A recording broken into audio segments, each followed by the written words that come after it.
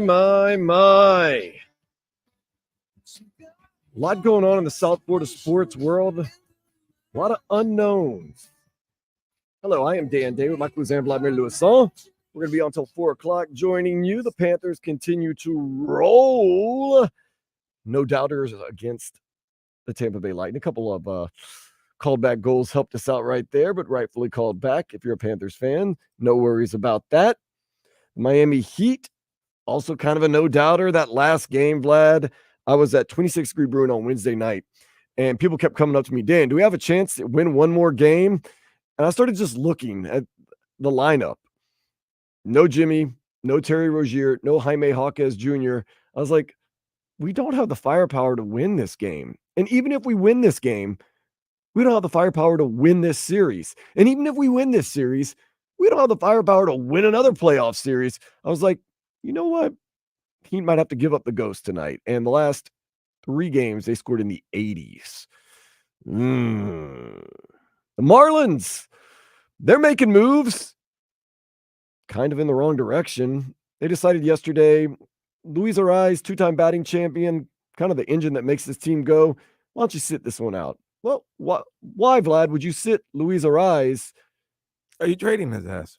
Because he's going to go to the Padres. Full sellout mode. I told you this was going to happen. Well, I knew. I was like, how long will this before they start trading players? And it's happening right now. So Luis Arraez is almost a done deal. They're just working out the details. We're going to get some prospects. Very excited about that. Not so much that excited, but nonetheless, a couple of prospects possibly for the Marlins because their farm system is hurting, Vlad. There's more than just the farm system, I think, that's hurting. It's a lot of things. But we hold on to the Panthers. Inter Miami, they're atop the MLS. They're going to play tonight at Chase Stadium, 7:30. So, look, we don't have everything, but what we do have that's still alive is pretty darn good. The Panthers looking great. Your Rangers also looking pretty great. Not going to lie about that. Inter Miami, tops of the MLS. And you got the Miami Grand Prix. That's going on this weekend. I mean, it's great, but once again, it's not like we can enjoy it. We're working. Yeah, but I mean, if we were live at the track doing the show, that would be worth it. Oh, terrible spectator sport, by the way. Terrible. Oh, yeah, you went to the first one, right? I mean, you have to be a super fan to spend that money to go see that. We don't have any tie-in with them, so I can speak very freely. I don't believe people absolute waste of money to spend $300, $400 to stand around. Yes, if you're not a fan of F1, I don't think people are going there. And the true fans to watch, because I think this is really just a networking social media type of event where you can say that you spent the money to go there. I'm not gonna lie to you, if I had money, I would go to the one in Vegas or the one in Monaco. I would love to go to the one in Monaco. That's the one. But even the true fans, they watch it on TV because you can follow it a lot easier. Right, because I mean, first of all, it's Miami, it's May, and all these celebrities are going to be down here. I did see a lot of celebrities. And then for some reason, it's like goat among goats. You know what I mean? Like Brady, Jordan. I think LeBron will be here because he was there the first year after he got eliminated. Bad Bunny will probably be there. Anytime Bad Bunny's there, it's a good time. Odell and Kim Kardashian are probably going to be there. I saw Paris Hilton when I was there also. Yeah, Serena. Kutcher. Probably Serena. Yeah, it's about rich people partying. Yeah, it's all about networking. It's like a Friends. Instead of going to the Weinstein parties, now they can go to F1. No. Here's what happens. Where everything's good. And, you spend sanctioned. You spend $300, $400 for walk-around tickets. I don't know how much the stands. And you basically stand in the stadium and you have a little window that you can look out of viewing the track. And you hear, they just pass and you go, okay. Wait for about 6-7 minutes. Okay. So then you're trying to find a concession stand that's showing the race because you need to know what's happening because you have no clue what's going on. And that's about it. Yeah. And I mean, everything concession-wise and apparel-wise is just ridiculous. I'm a man of the people. I'm not a rich kid. So I'm being honest with you. It's not the greatest spectator sport in the world. Just not. Go to Inter Miami tonight. That'll be fun. Go to the Panthers game Monday night. That's going to be great. I'm conflicted on Monday. Conflicted? Well, yeah, I have to work Monday. Okay. But then there's another game going on at the same time. Oh, you got a Knicks game going? Yeah. Oh, man, Knicks looking good. The East is, well, I can't say wide open because Boston is really good, but they played a very, very depleted Miami Heat team. Come on, you know what? I don't want to hear no excuses, bro. Because after they won game 2, everybody was going crazy. Look, I'm not making excuses. I'm saying they had no firepower. They didn't have firepower, right? They needed them to get into the mud. All right. But they didn't get out of the mud. I don't know whether you had Jimmy or not. You probably win. There might be a couple of games, but I think Boston was still going to beat you because those 4 victories were just like no doubters. This is what hurt. Yeah, and it was like 20, 30 no doubters. It was 20-point blowouts. Game 3, you score 84. Game 4, you score 88. But you scored in game 1. Game 5, 84. You had 94 in game 1. So think about it. In those 4 losses, the only one you won was when you got triple digits. And and that's because you needed to hit 22 threes, a team record in the playoffs. And if you're expecting that to happen 3 more times, I got a bridge in Manhattan to sell you, bro. It might have been their best hope, to be honest with you. Just outmatched out, man. And like I said, even game 5, I was like, it would be nice to win this game. But at the same time, what are we doing here? Did you get that feeling, Vlad? What are we doing here? Go ahead, guys. Just go ahead. I expected a little bit more effort. Like the only person that showed up was Bam. Like Bam was like Tyler Hero had a bad game. To me, this was an important series for Tyler. A very important series for Tyler. Now it's like, come on now. There's no more. All the Tyler Hero fans is like, come on, man. He may not be. He's got to be the 3rd guy on the team. He's not a number 2, nor he'll never be a number 1 to me. Udonis Haslem was on NBA TV, and he straight up said the Heat are better when Tyler Hero is the 6th man. Well, there you go. Straight up. But then you have to get guys. Okay, you have Jaime. You have to put a little bit more faith. Have a little bit more faith in Nico. And you have Bam.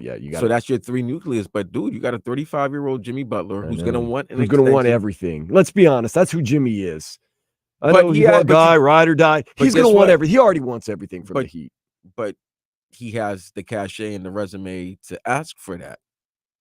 Will the Heat give it? No, I mean, there's people out there. You know how Roz was. You saw what Roz did with D-Wade before, so we already know. But you have to ignore. But before you let Jimmy go, you better make sure there's an orca out there, as our boy Tobin would like to say, that you're about to harpoon. That's what they're saying. They're like, trade Jimmy Butler and get. I mean, but like, are you going to get somebody better? That's the thing. So like, it's one of those situations. You're kind of caught in a weird situation where, do you want to pay Jimmy a ton of money, even though he's getting older and he was out a lot this year?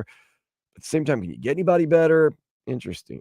And Donovan Mitchell, by the way, his price is through the roof after that game last night. He scored 50. Still lost to Orlando. Yeah, that's the common theme with Donovan Mitchell. He'll score a lot of points in the playoffs, and his team will lose. I mean, we only scored 84 in the last game of the season. Oh, I still called Orlando winning in 7. That's still on the table. Got it.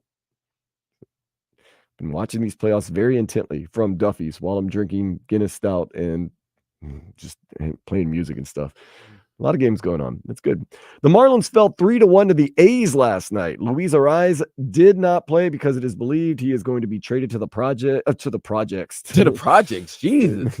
Send him to the projects. No, he's been playing with the projects. He's going to be playing. He's moving on up to the east side. They're sending him to the Padres, and we will get some Padres prospects. So you're going to get a lot of P's. Why don't you say Friars? Send him to the Friars and get some prospects. Yes. Fish and the Athletics, they go at it again today at 4:00. Okay. And the Athletics, there's an interesting meme I was seeing online. Believe it or not, the Athletics are 2.5 games out of first place. Yes, they don't stink. They took 2 out of 3 from my Yankees last week in the Boogie Down. So they're 2.5 games out of first place. They have the best closer in baseball, and their owner is trying to sell them. Somebody said, I've seen this movie before, and they have Major League up there. It's early in the season. Is the owner a female? I don't know. No. Oh, okay. Oh, Oakland, though. Goodness gracious. Odell Beckham Jr. has signed a 1-year, $3 million deal with the Dolphins. Incentives could net him over $8 million this year, though. So Tyreek Hill wasn't lying. He said, confirmed OBJ to Miami. And OBJ's in Miami. And they said OBJ left a little money on the table. Some other offers from other teams was higher, but he wanted to be here in Miami. Solid 3 right there. Very excited. Right price, right frame, everything, man. Sorry. We'll see. I'm sorry, Braxton Berrios cannot be your number 3. We'll see. I think it'll be all right. Look, Tyreek Hill, stay out of trouble. Tyreek Hill, you already did the 1 year with Jalen Waddle, and now Odell Beckham Jr. That's a solid 3. Like I said, we shall see. If he can net that $8 million, that means he had a season. Because that's a lot of incentives. If he can net the $8 million with everybody healthy, Tua had a season. Everybody had a season, it seems. Right. Well, maybe Tyreek Hill got, if everybody's healthy, yeah, exactly. I was gonna say, that's what I'm saying. Like that's the thing now. I like these contracts that that teams are offering players. Okay, you want these max money? Cool. Let's put some incentive laden clauses in there, and it's gonna be a win-win because if you hit your incentives, that means we must be winning. Mm-hmm. Or we're doing very well. Yeah. So OBJ to MIA. Very exciting. Michigan State defensive end Simeon Barrow has transferred to the U. Of course, Miami, they opened the season against Florida in Gainesville, August 31st. Hurricanes baseball team, they defeated BYU Thursday 3-2 in the 12th inning. Then they downed them again yesterday 6-4. They go for the sweep in just a couple of minutes. First pitch in just a few minutes. Following his 16th season, Heat forward Kevin Love says he's not ready to retire and hopes to be back in Miami next year. Kevin Love, man, 16 years now. Goodness. I don't know. I don't know what to say. It's like, okay. I mean, I don't think anybody's like really clamoring like, man, we got to keep Kevin Love on this team. Yeah, very valuable part. Like, if we keep him, whatever. If we don't, whatever. Not. I don't think it's a make or break situation right here. Nah, neither do I. Kevin Love, though, at one point, one of the great stars of this league. The Mavericks into the Clippers season last night. Who said the Clippers are going to be the Clippers? You predicted the Mavericks are going to go all the way to the NBA Finals. But I said, Clippers are the Clippers. They'll find a way to lose. People said, watch out. Nope. Mavericks went ahead and ended it last night, 114-101. They won the series 4-2. Orlando extended their series with Cleveland to a game 7. I like this Orlando team. Who's in? That game 7's tomorrow at 1. I like this team. I told you they're really good. They just don't have any experience. Nah, they're. I would think they got 2 guys. They got some guys. They got a lot of guys. Wagner and Banchero is Banchero. Yep, it is. He's the 2 Wagner brothers are pretty darn good. The starter, not the bench one.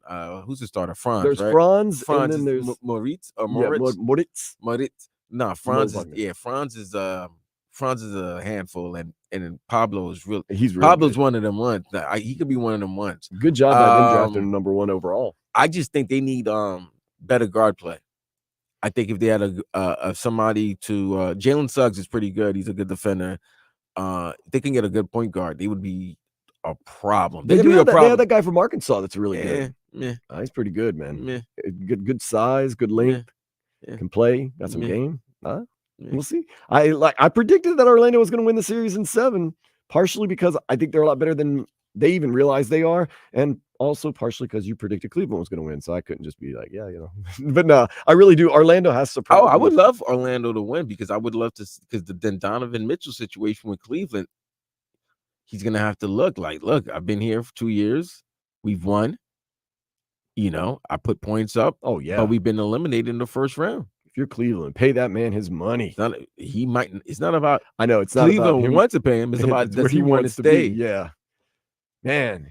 I'm telling you, just see him in that Knicks uniform now, man. Or he could be in a Miami Heat uniform. Like, I'm telling you this right now. These losses in the first rounds were things I wanted to see. Phoenix getting swept. I thought Phoenix. You said Phoenix was going to lose in the first round. Yes. I didn't know they were going to get swept. I didn't think we were going to get swept. That the fact that they got swept, you saw Devin Booker. Devin Booker looked like I've had enough. Rightfully so. And KD now, everybody's questioning. Now his legacy is being questioned. And you heard their owner? And the owner, 95% of the teams in the league wish they had our lineup. Okay. Yeah, but 95, but there's a lot of percentage of those teams that never got swept. You're the only, your team also, but your team had Zion got hurt. Pelicans, yeah, but Zion got hurt. I said, we're trying to win 1 and we still couldn't do that. Yeah. Zion got hurt. So you could say that, but whatever. But yeah, it's gonna be some interesting things going on. Milwaukee being eliminated by the Pacers. And once again, I went on the radio with you a couple of weeks ago and said, I no longer believe in the Milwaukee Bucks. I do not hold out any hope for them doing really anything in these playoffs. And lo and behold. So this is going to be a very interesting summer. And once again, the Heat will be right in the middle of it. And another topic in the NBA, once again, a Laker coach gets sacrificed. Man, that was quick too, man. Darvin Ham. And I think the Lakers are going to go hard body karate for Tyronn Lue to just cross hallways. 1.5 seasons for Darvin Ham. 2. Well, no, he came in the middle of the season, didn't he? No. Oh, he came in the beginning. Okay, so he got 2 full seasons. 1, he goes to the Western Conference Finals. This year, they have a better record. Yeah. They have a better record than the team that last year, but they were playing as well like they were last season, but they faced Denver and they lost. I mean, dude, they had to lead in every game. It's always going to be that. The only way you do that move if you know for certain you're going to get Tyronn Lue. So they're going with Tyronn Lue because what? LeBron James likes him? Well, they won a championship together. They were trying to get Tyronn Lue before, but they wanted to hire his coaches or something. There was something that happened where that Tyronn Lue was like 9. He went to the Clippers. Oh no, another team that completely underwhelmed. But they underwhelmed as well, and they have decisions they're going to make. They signed Kawhi to an extension, but what's going to happen with Paul George? Will Paul George be available for Miami? Will Paul George be available for Indiana? Will Paul George be available for Philadelphia? Or are they going to be talked with Paul George and the Knicks? Like Paul George had a worse series than James Harden. Everybody says James Harden's washed up. James Harden had 21 and like 8 assists in the series. Paul George had 19 and like 4, and yet James Harden's washed up. You need him in Miami. Garbage. I don't know. You opening a new arena. You're leaving crypto. Oh yeah, you're not sharing the arena with no more with the Lakers. That's going to be interesting what they're going to do with the Clippers because all those stars are old and they're getting. They've never done anything except that one time they got to the Western Conference Finals. And they're getting creaky. They're creaky. Yeah. If you're the Lakers, you break out that old rotary phone. You got Phil Jackson's number? Come on, Phil. They're not, but I'm just saying, like, well, there's nobody else. Nah. Plus, Genie's married to Jay Moore now. He can't. Oh, can't do that. No, can't do that. Can't be around. Can't be around that. Inter Miami cannot sign Angel Damari due to salary cap restrictions. He plays for Portugal's Benfica. The Herons, they do take on the New York Red Bulls tonight at 7:30. Give Messi a goal. Get us those 3 points with the win. Onward and upward for Inter Miami. That's my prediction. Vlad, we got to go to a game one night when you're not working a Saturday. Think about it. I'll take it into consideration. Ever since they pulled my media pass when Messi signed with the team, odd timing, very odd timing. I've been not as eager to go to the games, but still much love for Inter Miami. Game 7, Boston Bruins and Toronto Maple Leafs tonight at 8. Vlad, you know why that's important? Because the winner gets served up to the Panthers Monday to be determined time, Emirates Bank Arena. No, 7 p.m. Oh, they officially said it? Yeah, I think it's 7 p.m. Monday. Yeah, okay. Doug sent an email to us yesterday. I'm going to push back on that one, though. You might be right, though. Because it says to be. Oh, right? It just and I also did Panthers Insider earlier. And he says that. Okay, I thought he sent the email. I thought it was 7 p.m., but maybe he was wrong. It's probably going to be 7:30. I don't care who wins, to be honest. Doesn't matter to me. Florida Panthers, it's Florida Panthers against the world. People, who's the better matchup? Bad matchup for either team that has to play Florida. Oh, surprise, Vlad. Max Verstappen, he's taking the pole in tomorrow's Miami Grand Prix F1 race. He's won the first 2 here in South Florida. Last year he came from 9th, remember? He's going to win the third. He's going to win again. You're going to be surprised? Can I write the headline now for tomorrow? Yeah, you could. No, you don't have to. The race is at 4. By the time the show is over, that's when the race begins. No, but that's what I'm saying. Can I already write that he won? You can write it for Monday's headlines already that he won. Do a little prediction. Caitlin Clark, she had 21 in her WNBA preseason debut. She lost. Indiana Fever did lose 79-76 to the Dallas Wings. On a game winner by that star from Notre Dame. I forgot her name. I'm sure they're not heartbroken. It's preseason WNBA. Nah, but it was exciting. I mean, yeah, Caitlin, I guess. I like she sent out pictures. She got bling and everything on. She's balling, man. And this one's always excited me. 150th running of the Kentucky Derby today at 2:30. I got to pick my horse, man. Me and Giuseppe and Nathan got to, figure out what horse we're gonna Hitch our wagon to, I guess you want to say. Pun intended. Kentucky Derby, though, man. And, today's Cinco de Mayo, so that means Canelo's fighting. It is. May the 4th be with you. Star Wars everywhere. And Star Wars everywhere. May the 4th be with you. I'll be at Funky Buddha tonight. We got some Star Wars trivia. Hopefully I don't mispronounce everything. I've done the phonetics, so come on out to Funky Buddha. I'm sure it'll be crazy. I'm looking for a lot of crazy costumes and a lot of fun. And I'll be there. I'll be the guy drinking maple bacon coffee porter all night long. Should be fun. Speaking of fun, let's real quick take a step into the day spa. A Virginia woman on her very first ever purchase of a lottery ticket won $50,000. So what's she gonna share with her family? I was gonna say, my advice to her: quit while you're ahead. Quit while you're ahead. Seriously, man.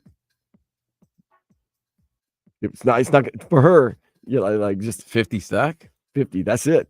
Say, look, that's gonna be blown away quickly, bro. I was like, it's a good run. That's it. No more. No, she's definitely gonna pay more. Oh, of course. Because in your head, if you play the first time and you won, yeah, you're just blessed. Yeah, you figure, well, what's with this lottery thing? I mean, I might lose here and there, but I'll win. Yes. And now a word from our sponsor, Florida Lottery. No, I'm kidding. Up next, Jimmy Butler held us hostage all season. The season is now over. What is Heat Nation feeling on Jimmy Butler? Interesting. We'll talk about that next here on Sports Day 560 WQAM.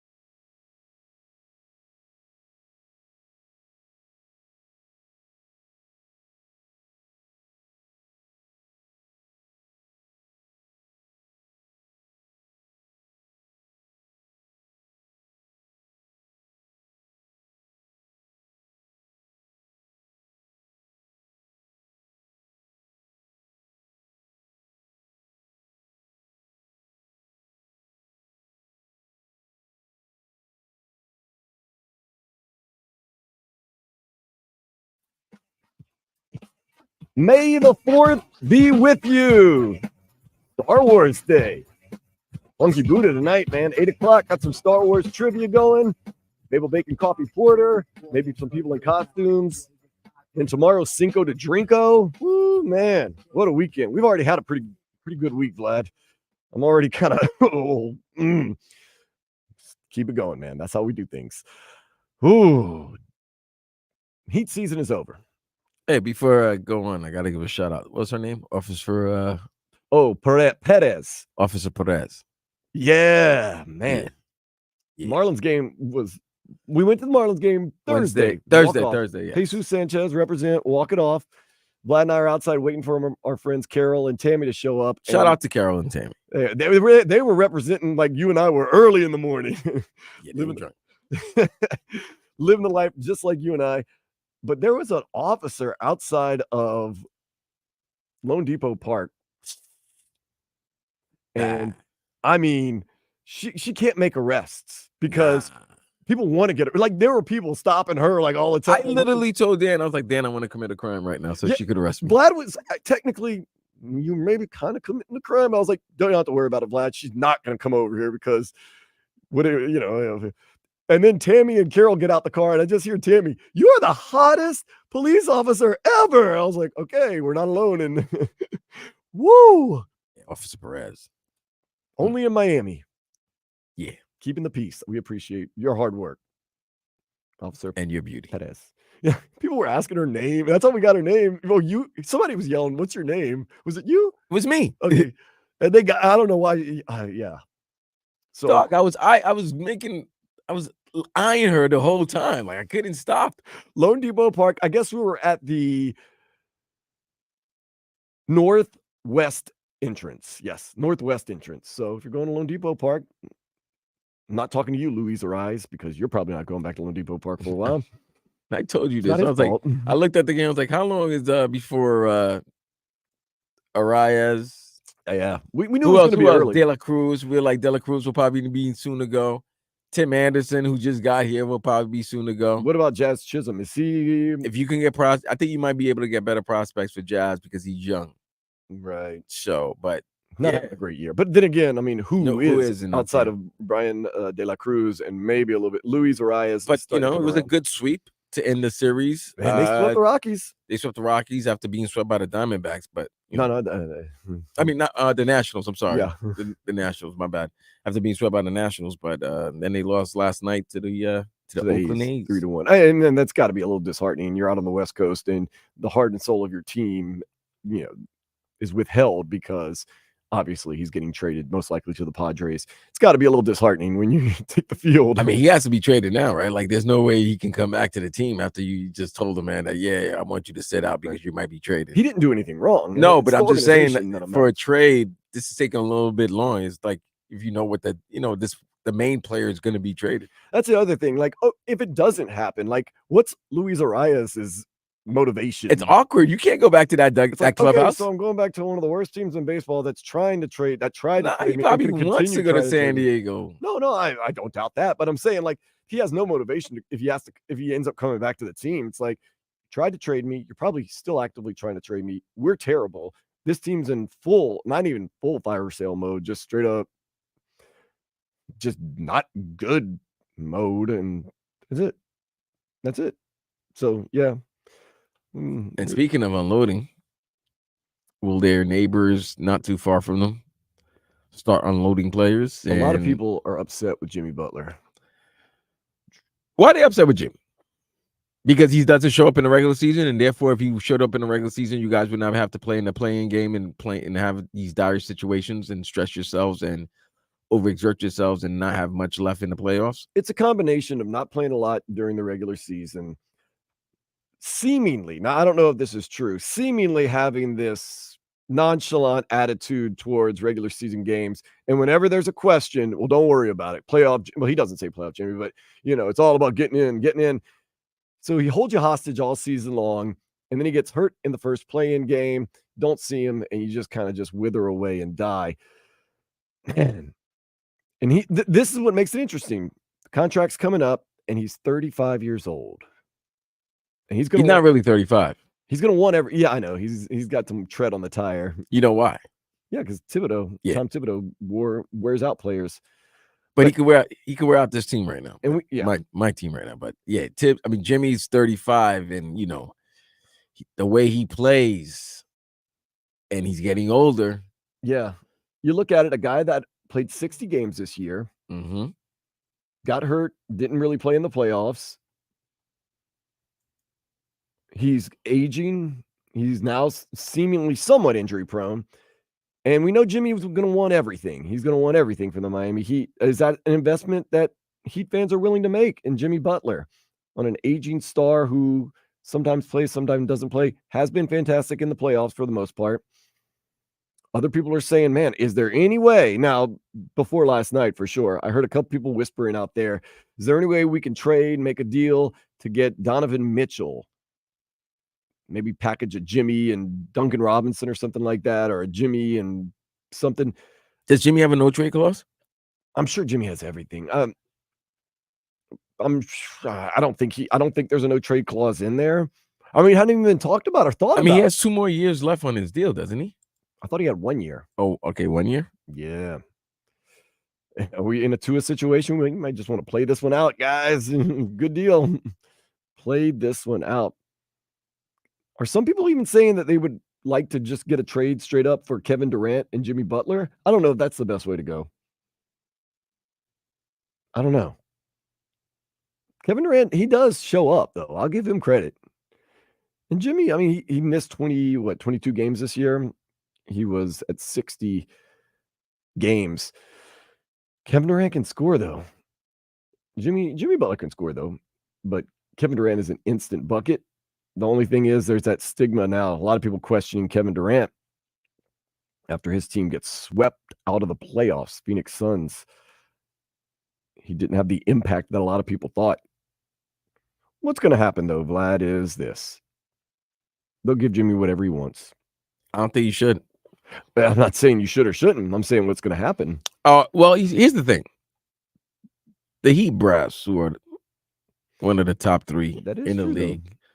They know what's going on. And I think there's going to be some more extra money that's going to be included into the salary cap because there's a network deal that's happening. And I think some of these apps now are going to want to they're trying to get sports packages. They're trying to get the NFL deal, like you saw what happened with Amazon. And I think one of these apps, maybe Netflix, whatever, one of these deals is going to happen. They're going to give the NBA an inordinate amount of money, exuberant amount of money, and they're going to sign. So if that happens, that means the salary cap goes up. Of course. Because as you can see, the salary cap has been going up where players are making nearly $60 million a year.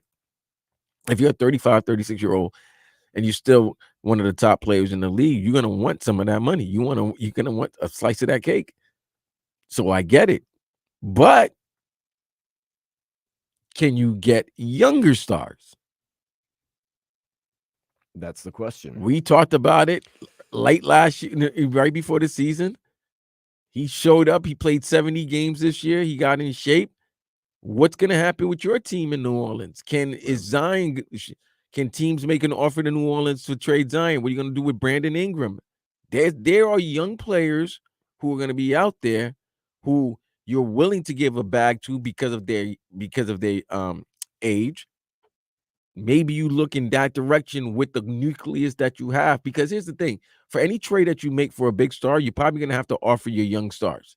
And do you want to offer your young stars? Like Jaime is a really good player who's going to improve to me in his second year. Nico has so much skills. He has improved. Bam is Bam. Tyler Hero. He might have to. Are we going to do it again? Is it Tyler time? Yeah. Where we're going to start saying, Tyler's taking off all Heat mentions on his Instagram and social media, and there's talk that he could be the next.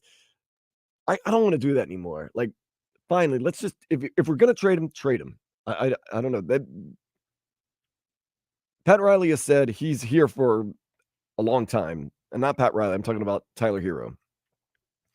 And everybody points out that, yes, Pat Riley, Dwayne Wade, Mr. 305, Heat lifer, Pat Riley didn't blink an eye.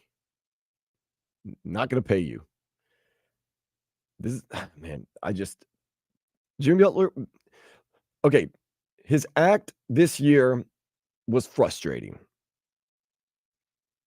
for many reasons. You and I talked about it because I think the move when he was at the tennis tournament, that was bad. And you saw him, he looked like he was having a good time, and then the next day he missed shoot around. He was sick. He was sick. No. He didn't miss that shoot around. He missed every shoot around. Well, he missed shoot around and he missed the game. Right. But now you're saying that he missed every shoot around? He missed, from what I'm hearing, he missed a couple of shoot arounds. Okay. All right. Well. But I mean, and it's the NBA. I mean, what's a shoot around? And I digress. Jimmy, what I was saying was frustrating this year because of that. That's the particular case, the Miami Open, where he was hobnobbing with Neymar and Carlos Alcaraz, and then was sick and couldn't play the next day. That he kind of told us all year, like, "Oh, don't worry, I'm saving myself for the postseason," and then he doesn't really play in the postseason. So, yeah, that's tough. He's going to be back next year. He's going to be a little older. So here's the thing. So now Jimmy wants this is from Sports Illustrated. What's that extension? So now Butler wants an extension that will change the 2 years, $101.2 million remaining on his contract. He has 2 years left in his contract. He wants to turn it into a 3-year deal worth $161.7. So what he wants is an extra year. Then I'm thinking he wants a little more stability. Miami would be paying Butler about $58.6 million in his age 37 season. There's no reason to believe he'll be available more often going forward. Miami's only real good season in the Butler era was when they won 53 games 2 years ago, and they were the number 1 seed. Butler appeared in just 57 games. Oh, 57? I thought it was 60. What?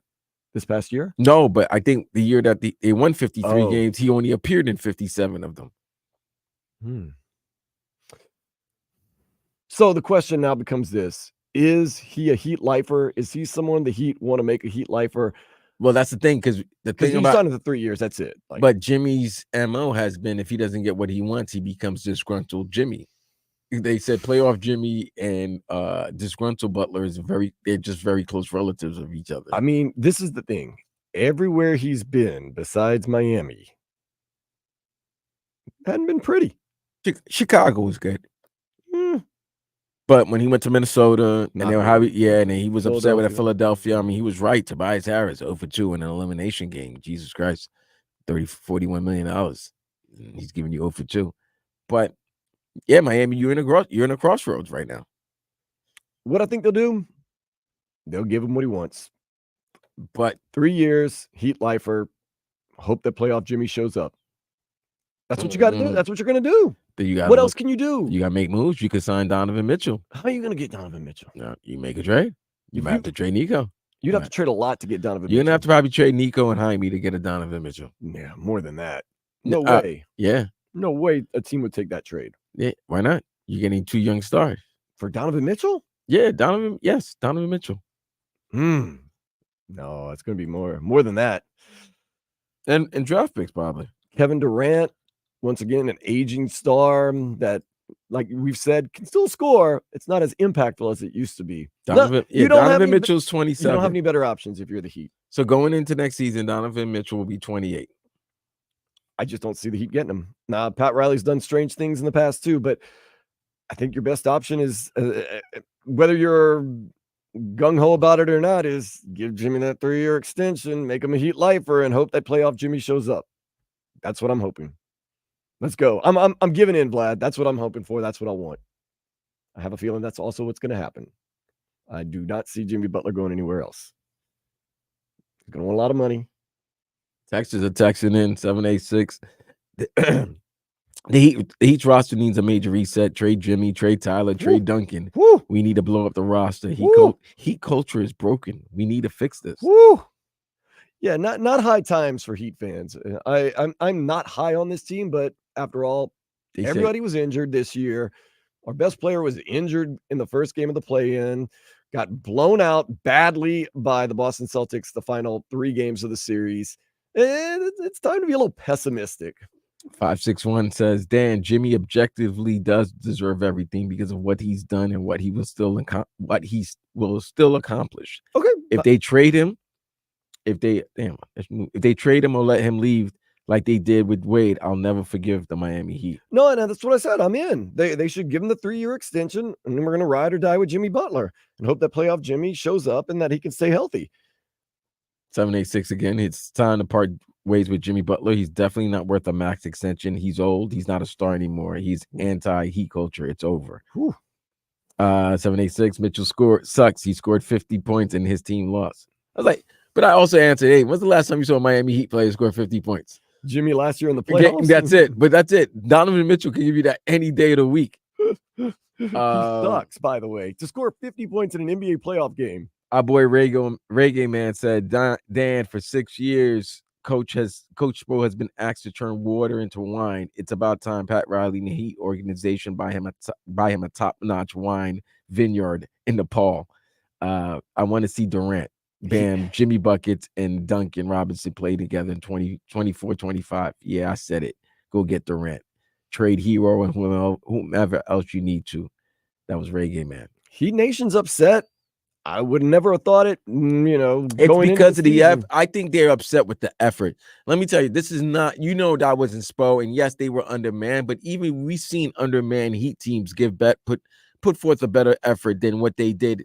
Especially, all right, you lost game 1, fine. You lost game 1, you just had a playing game. You played 2 playing games in 3 nights. I did not expect you to beat Boston in game 1. No. You beat Boston in game 2. Here's the thing that nobody has failed to mention. Losing 6 consecutive playoff games at home is nasty work. That's not good, no. Okay? That's nasty work. You come back 1-1, going to game 3, game 4 in Miami, 6 o'clock on a Saturday night. Everybody's down there. Everybody's ready. Whatever they needed to do, they did prior. Whatever they got planned afterwards, it's all set. Saturday night, my Boston media is on the Celtics' neck right now. And they scored 12 points in the first quarter? 12 in the first quarter. Then they follow that up the next game, 12 in the second quarter. No. Then the second quarter, Boston scored 41 points on them. Yeah. Mm-hmm. They got blown out. All right, fine. Boston, it happens. Boston, they made adjustments. We didn't have a good shooting night. Let's go to game 4. Game 4 was worse than game 3. Yep. Down by 20, 30 points. Derek White owns y'all. 38 points. He owns the Miami Heat. Best player in the series. Owns them. Like the Kaseya Center is Derek White's second home. Fine. We know it's going to be daunting going to game 5 in Boston, but I expected somebody to show up more than Bam. Like, yo, you can't let that. Like, that's like going in a fight, and you go in a fight, there's like 20 of them. And you just need a couple of your boys with you, just so that it's just not 20 versus 1 or something like that. And then he stepped out. They pulled a Drake move. They pulled a J. Cole move on Bam. Nobody showed up except for him. And they got blown out by 32. Each game, it got worse. Now, where do you stand? Because the same problem has been the last 3 seasons. They can't score offensively. Last year was bad. They could barely bust 100. This year was the same exact thing. They're barely busting. Couldn't bust. They can't bust 90. Yeah.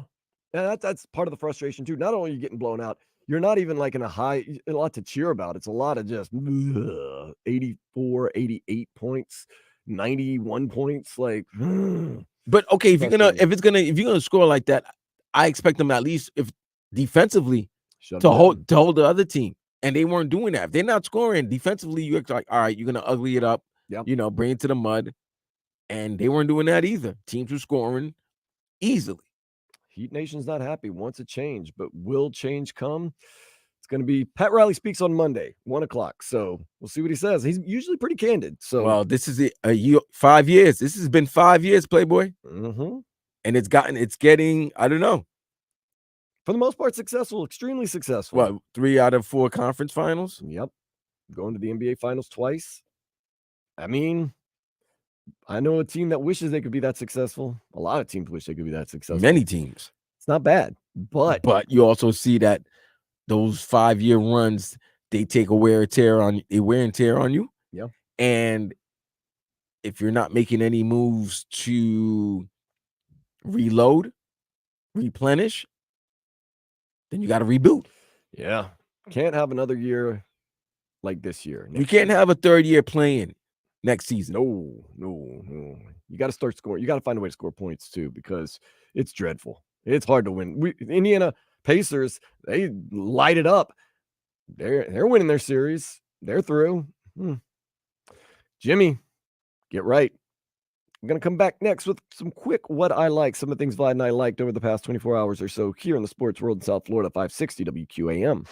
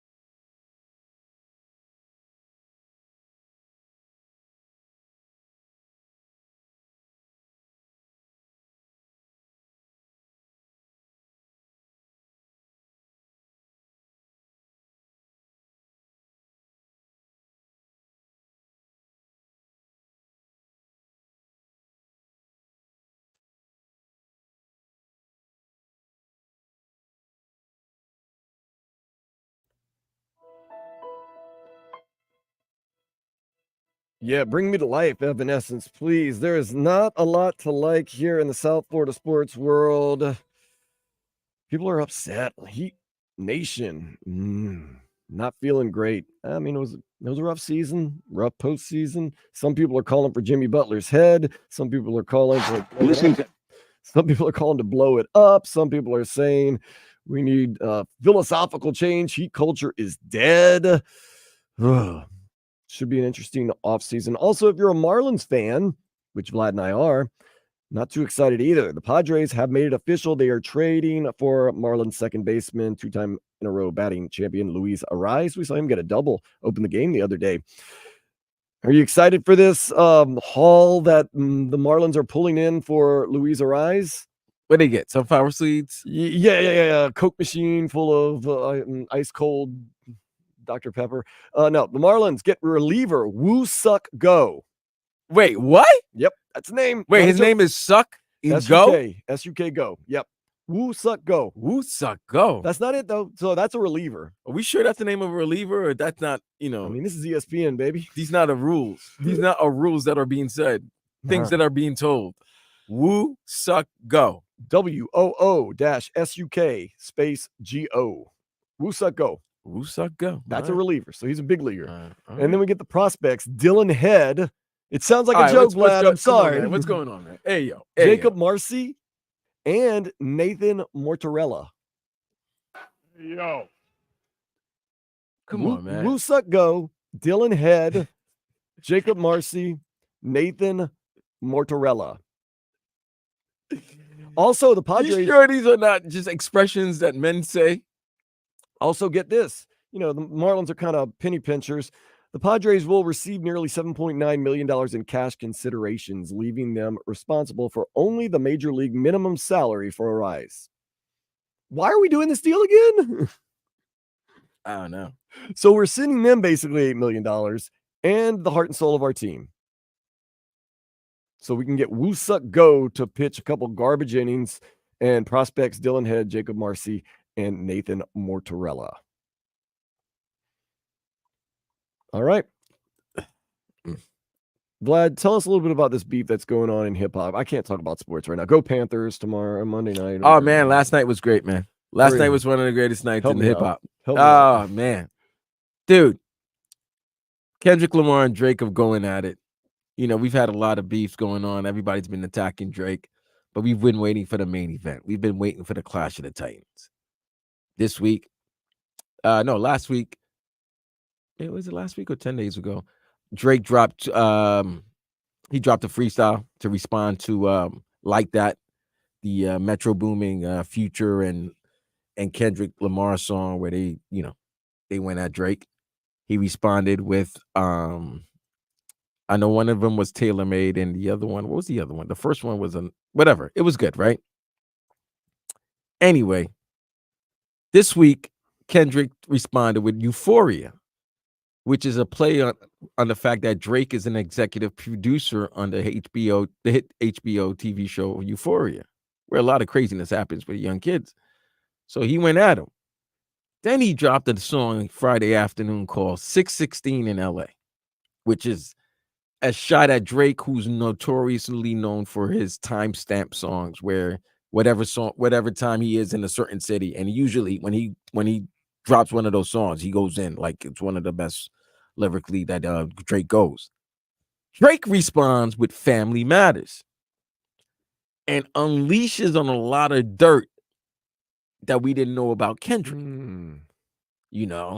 Why he separated with his wife, why is he you're an LA guy, why you living in Brooklyn, all this stuff, right? In the quickest response in hip-hop history. No, literally, I saw people like giving the reviews of Drake's Family Matters. I'm like reading the comments and somebody says, Kendrick responded already. I'm like, get out of here. No, it's on his IG page. He drops Meet the Grams.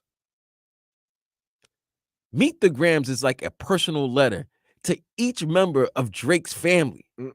His son, his mother, his father. I don't like it.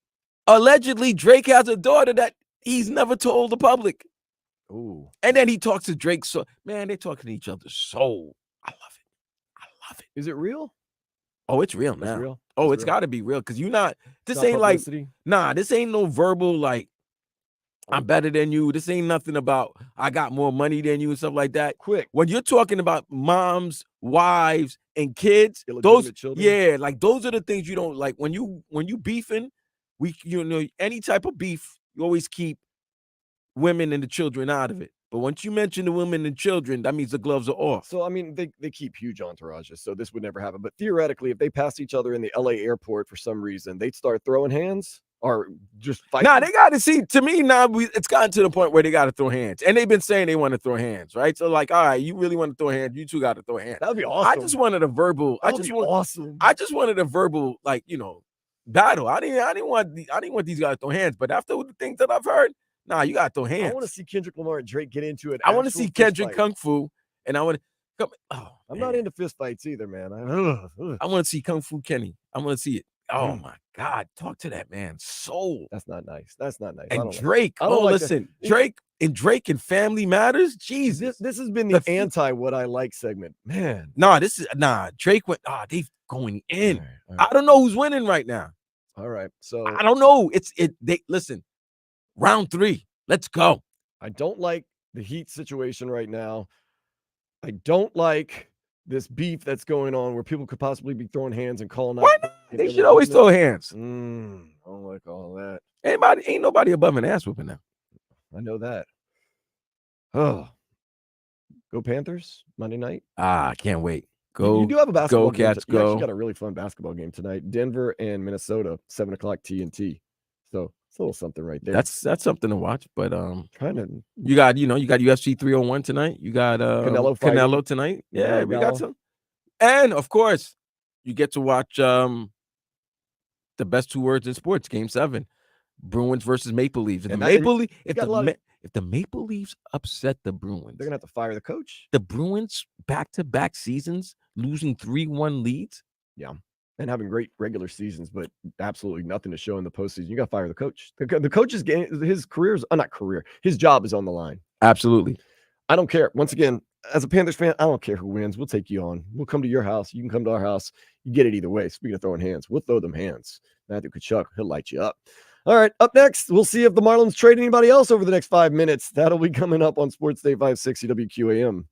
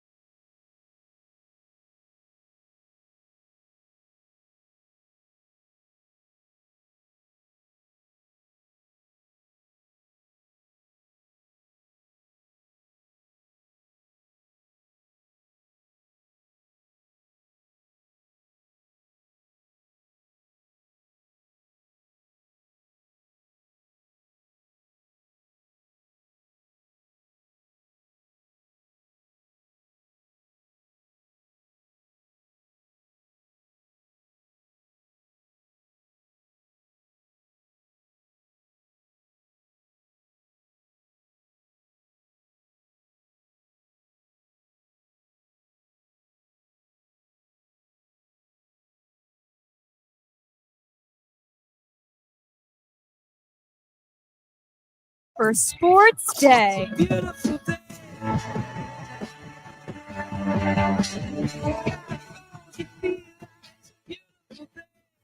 it up. It's Sports Day with Dan Day. Riding the highs and lows of the sports world this weekend here in South Florida. It's a sports so glad I like to keep score because that's how we figure who's a winner and a loser. So let's get to these headlines and we'll decide whether we're winning or losing right now. The Marlins fell to the A's 3-1 yesterday. Luis Ariz, no longer with the team. He has been traded to the Padres for 3 prospects and some Asian guy's name that I probably shouldn't be saying on the radio. What is it? Woo Suck Go. Okay, Woo Suck Go. That's a loss right there. That's an L. That's an L. That's a big L. We're 0-1 right now. The Fish, they play the Athletics today at 4 if anybody's caring. Whatever. Odell Beckham Jr. signed a 1-year, $3 million deal with the Dolphins. Incentives could bring him up to around $8.25 million this year. That's a win. I think it's a win. We're going to talk about it in the next segment, especially. We'll get into it. But can you give me that at least for right now, Vlad? It's been a tough couple hours here. That's a win. That's a dub. Michigan State defensive end Simeon Barrow has transferred to the U. Another big name in the transfer portal coming to Miami. I'll take that as a win. Hurricanes baseball team defeated BYU Thursday 3-2 in the 12th and downed them again yesterday 6-4. They go for the sweep right now. So that's okay, we're looking good. Following his 16th season, Heat forward Kevin Love says he's not ready to retire and hopes to be back in Miami next year. That's a draw. Yeah, I don't know how many old guys you want, man. This team's getting older, man. Although we do have Jovic and Jaime Jaquez Jr. So, okay, we'll see. Okay. The Mavericks ended the Clippers season last night, winning 114-101. They won the series 4-2. Orlando, they extended their series against Cleveland. It's going to be a game 7. They play tomorrow. 1 tonight. You get Denver and Minnesota. That one's exciting. I can tell you how it's going to play out. Minnesota's going to be the better team. They're going to play better, but in the last 5 or 6 minutes, Denver's going to find a way to win. Yep. Sorry, spoiler alert. Oops, too late. In case you were planning on watching the game tonight, you could pretty much plan on that happening. Of course, I'll be at Funky Buddha. It's May the 4th. May the 4th be with you. I'm going to be doing some Star Wars trivia and drinking maple bacon coffee porter, getting into some food. So come on by. It's free. Free for all. It's a free for all. Inter Miami cannot sign Angel Di Maria due to salary cap restrictions. He plays for Portugal's Benfica. The Herons, they do take on the New York Red Bulls tonight at 7:30. That's not a win nor a loss because, salary cap. That's it. Game 7, Boston Bruins, Toronto Maple Leafs tonight at 8. That's exciting now, Vlad. That one, I don't know where it's going to go. And we do know that whoever wins, they're coming right here to Amerant Bank Arena on Monday night to play the Panthers. But you know what? Trivia starts at 8. Funky Buddha is all about the Panthers. They're actually the official craft beer of the Florida Panthers. That game's going to be on. Going to have to keep an eye on that one, man. Boston fans, they got the Celtics, but I was going to say they're going to kill themselves if the Bruins lose again in the first round, up 3-1. Max Verstappen has taken the pole for tomorrow's Miami Grand Prix F1 race. He won the first 2 here in South Florida. Oh, you could already make your headlines for Monday. Max Verstappen makes it 3 in a row. Yep. Get ready for it. Lakers have fired head coach Darvin Ham. Team made the Western Conference Finals last year. In his first season, they got swept out in the first round by the Nuggets this year. So the Nuggets swept them in the Western Conference Finals last year, then swept them in the first round this year. Gentlemen swept them this year. Oh yeah, that's right. They LeBron and them threw up everything they had to not get swept, and they didn't. Listen, he actually led more minutes in this series and they lost. That's why. You just mentioned it just a couple of minutes ago. Minnesota will be the better team. Like the Lakers literally was the better team. But last 5 minutes, the best duo in the game. In these crunch time minutes, Murray and Jokic, they execute. Championship DNA, bro. That's a sign of a championship team right there. Caitlin Clark had 21 points in her WNBA preseason debut as her Indiana Fever lost 79-76 to the Dallas Wings. I'll take that as a W. Why not? Caitlin Clark, awesome. And the 150th running of the Kentucky Derby today at 2:30. Supposedly one of the greatest events you will ever go to is the Kentucky Derby. That's what I've heard. I'd like to go one day. I do. I would like to go. I mean, you know me, man. I'll end up in like Louisville running around some ratty dive bars and end up missing the race. Whatever. But it's got to be sunny. I can't be going there in rain because, you know, you got to get all dressed up and everything like that. Like, I don't want to be around no horse manure and mud, bro. Yeah. You might not be able to tell the difference. I don't like doing anything really in the rain and the mud, to be honest with you. There's some good things you could do in the rain. Okay. I'll take that under advisory right there. So the big news, Luis Arise, he has gone to the Padres. He has gone to the Padres. We got some prospects and pitchers. Odell Beckham Jr., he is here in Miami. I don't know how much money he quote unquote left on the table from other teams. They said better offers were out there, but he wanted to be here in Miami. How much better? I mean, what's he gonna say? Yeah, no, I came here because they offered me the most amount of money. How about this? They're the only team that might have offered you anything. That is also true. They're the only team that we've known publicly that was coming wanting you. Maybe that's why Tyreek Hill knew. Right. No other offers. Think about it. All the Dolphins, anytime asked about Odell, they've all said, yeah, he's welcome to come to the team. Mike McDaniel has said, you know, we would love to have him. They're the only team that vocally said they wanted him. So therefore, after the draft, and we're about to hit the June 1st cuts, you got to realize, man, you've been a free agent for nearly 2 months now, and nobody's really, other than the Dolphins, maybe a couple teams, but I don't think there was a fervor for him. So, right, get the best deals. Now, that's what I said. The incentive-laden contracts are really big because you're only giving a person 1 year, $3 million. Right. And if he hits these incentives, then that means you're doing very well. Right. We're going to dive into this whole acquisition or whatever you want to call it for Odell Beckham Jr. But apparently they offer basically what they did to Dalvin Cook last year. Take it or leave it. The offer's on the table. And that's kind of what they did. I kind of like it. And of course, there is the F1 race. It's a lot of the preliminaries and other types of, there's a bunch of races going on, but the big one is tomorrow. Starts at 4:00 right there at Hard Rock Stadium, that area. Vlad, you came in to work just recently. I totally avoided it. I remember my mistakes from last. Oh, really? Years. It is bad. If you're around the stadium, I didn't take the stadium. I took on the interstate. It says like beware. There's going to be right. Traffic. I totally avoided it. I don't know if it can. Is it? I didn't notice it yesterday going to Duffy's Friday night. I was like, man, there's no traffic on the road. I thought there was supposed to be race traffic. I don't see how it affects us that much. It would probably affect you when you're going. It's like around the stadium. Around the stadium, you're around North, Miami Gardens. It's going to affect you. People are talking like, oh man, it's going to be bumper to bumper traffic everywhere in Miami this weekend because of the race. I'm like, I don't know about that, man. I don't think so. I don't know about. I mean, there's a lot of events going down here this weekend. But I mean, Miami's built for that. We always have events. There's always something going on. There's tourists in town. There's 2 big battle rap events happening today. There's a battle rap event in South Florida. Yes, Studio 183. How did that get past me? The Trenches, Charlie Clips. We all know who Charlie Clips is, one of the most legendary battle rappers. You see him on Nick Cannon's Wildin' Out. He's going against Easy the Block Captain. You've seen him in one of the best battle rappers out there right now, part of the new wave. You've seen him on the new Bel Air. He was the one that got into the fight with Will Smith's character, Will. Okay. And he's the reason why Will had to go to Philadelphia. So, yeah, they're battling. Nice. They're battling. Averb's battling Swamp tomorrow, I believe. Yeah, it's some good battle raps. You got F1. Today's May the 4th. May the 4th be May the 4th with you. You got Canelo fighting. Yes. You got UFC 301. Cinco de Drinko tomorrow. Game 7s. Yeah. Okay. Game 1s. Feeling better. Okay. Yeah, man. Feeling pretty good. Speaking of feeling good, let's go ahead. Let's take a step into the day spa. This will make you feel good, Vlad. Traffic backed up on a Wisconsin highway after a beer truck overturned and spilled suds all over the roadway. I don't like getting stuck in traffic, but yeah, that's not bad. Man, Wisconsin, they drink so much beer. When I lived there, like it kind of made me the man I am today, for better or for worse. Like coming from the deep South, I mean, people, they can handle their own.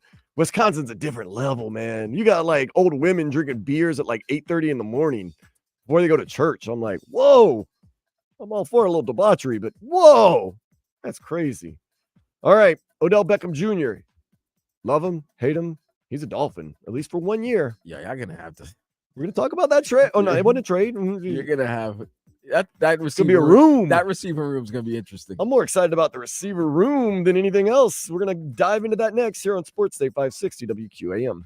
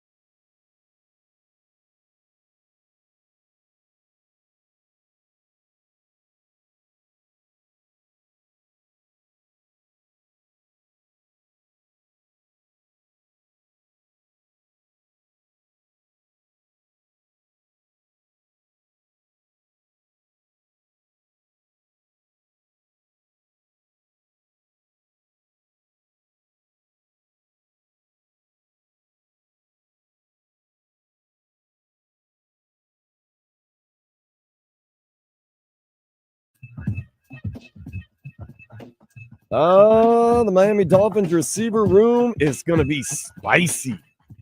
Love it. You got Tyreek Hill. We know on and off the field, always spicy.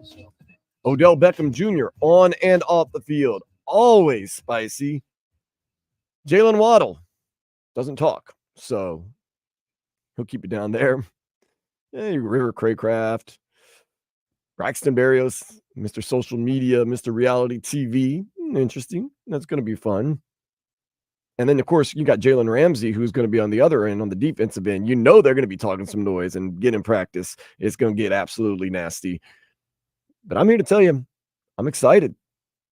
OBJ, number one, good receiver, veteran, still got some juice in him, I think. Last year he was a little bit hurt. Number two, I think he can really bolster this receiving core. If he's number three, number three receiver, that's a really good number three. Also, just in case, because every once in a while we get nicked up in the NFL, in case Tyreek or Jalen Waddle have to miss some time, he could step up.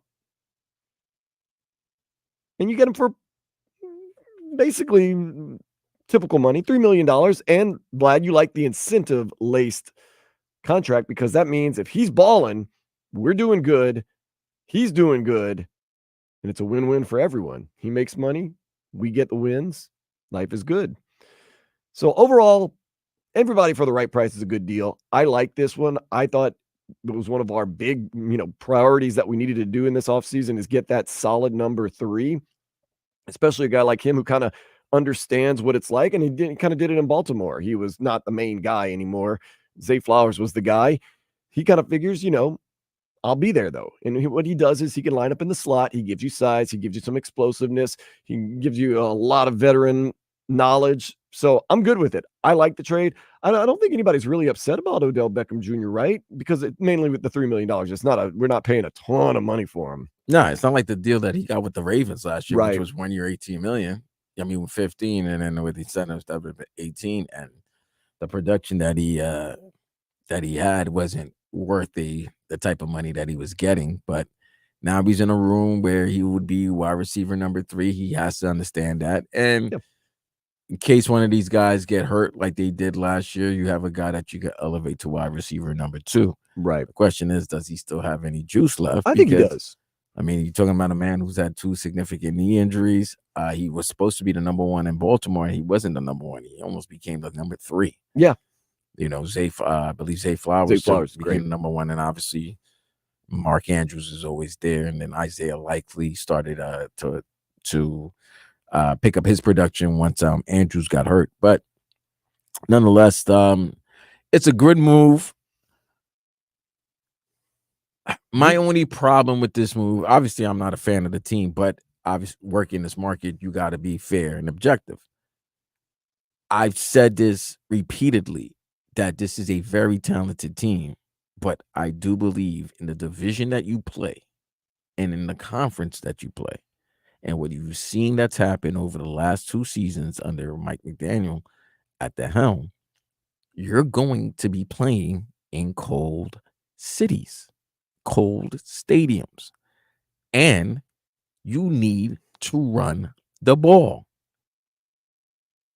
If you notice in the playoffs, even those high-powered, high-quality teams, with great offenses, you're going against the best defenses who are scheming to stop your best players, stop your best plays. You need to be able to run the ball. You got to be physical. And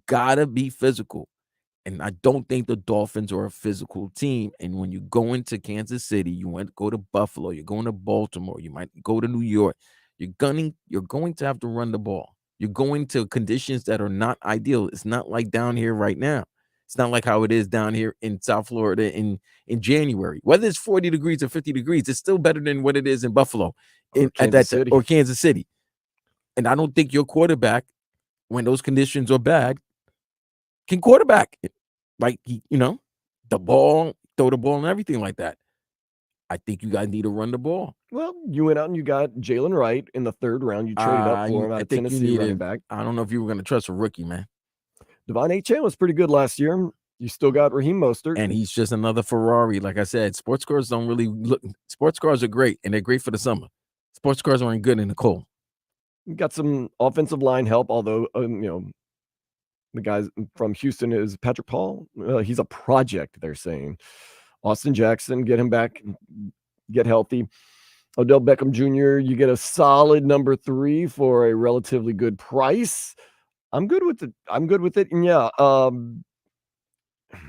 you can't break the bank and go after Derrick Henry. So yeah, I think it's a good pickup. I think it's going to be an interesting room. I hope Odell Beckham Jr. is our number 3 all year long, because that means that Tyreek Hill's doing his thing. That means Jalen Waddle's doing his thing. Anything left over, OBJ, take it. Let's go. Got a little tougher. Chop Robinson, that's a defensive line guy. You're going to have Bradley Chubb and Jalen Phillips out for, some people say, a small part of the season. I say at least half of the season. And you don't even know what they're going to be like when they get back. But overall, I'm feeling good about Odell Beckham Jr. I think it was a good price. And like I said, if he can be number 3, and meaning that Tyreek Hill and Jalen Waddle are still eating, and if he can get some of those incentives, that means we're getting better. We're doing good. But once again, with the Miami Dolphins, I'm not worried about those first 10 games, Vlad. We don't have to worry about the first 10 games. It's the last 7 that you really need to worry about. When things get cold, when things get nasty, when things get tough. Odell Beckham Jr. does bring championship caliber receiving. He won a Super Bowl with the LA Rams, once again, a warm weather team, not a cold weather team, but he did play part of the season with 6 games last year with the Baltimore Ravens. He's up with the New York Giants. He's been around a little bit, so he's played in some cold weather, thicking up the blood a little bit. See how it goes. But overall, I'm happy with the what do you call it, acquisition or whatever it might be. The addition. Do you take any stock in him saying, I wanted to be in Miami? That was the place I wanted to be. Is that him really meaning that? Or is it, like you said, maybe it was kind of the only offer that was out there? I mean, it could be a combination of both. I mean, it's Miami. We know he loves Miami. Who doesn't love Miami? Who doesn't love, that's a place. I mean, obviously no state tax, and you're living down in South Florida, and he likes being outside. He's in the nightlife. He's dating celebrities. Oh, really? Or he might be dating celebrity. He's a celebrity. So yeah, I mean, he's only gonna, if you notice, other than Cleveland, he's only played in big markets, right? New York, LA, and Miami. And Miami. Well, oh no, and I can't say that because he played in Baltimore as well. But Cleveland, Baltimore, Miami, yeah, different worlds. I'll take less to go live in Miami. And I'm not gonna be somebody that comes and says like, and you know what else makes me believe he wants to be here? Well, I mean, that doesn't. He wants to be wherever he's at because he chose to come here. I mean, so I don't think like, oh, he has extra incentive because he's playing with the team or he wants to be. What player is going to come out and say, I don't really want to be here in Tampa, but I'll make the best of the situation. They all say, no, I want to be here. I love this team. I love this. It gives me the best chance to win. They're always going to say that. So I don't think there's a little extra motivation in there for Odell Beckham Jr. because he quote unquote wants to be here. And he says, I left better offers to come play with Miami. We know. Mike McDaniel said it in press conference the other day. He's like, we put an offer out there. We're not moving on it. We're not negotiating. If he wants it, we're here. If he doesn't, we're going to move on. So apparently they put that offer on his table.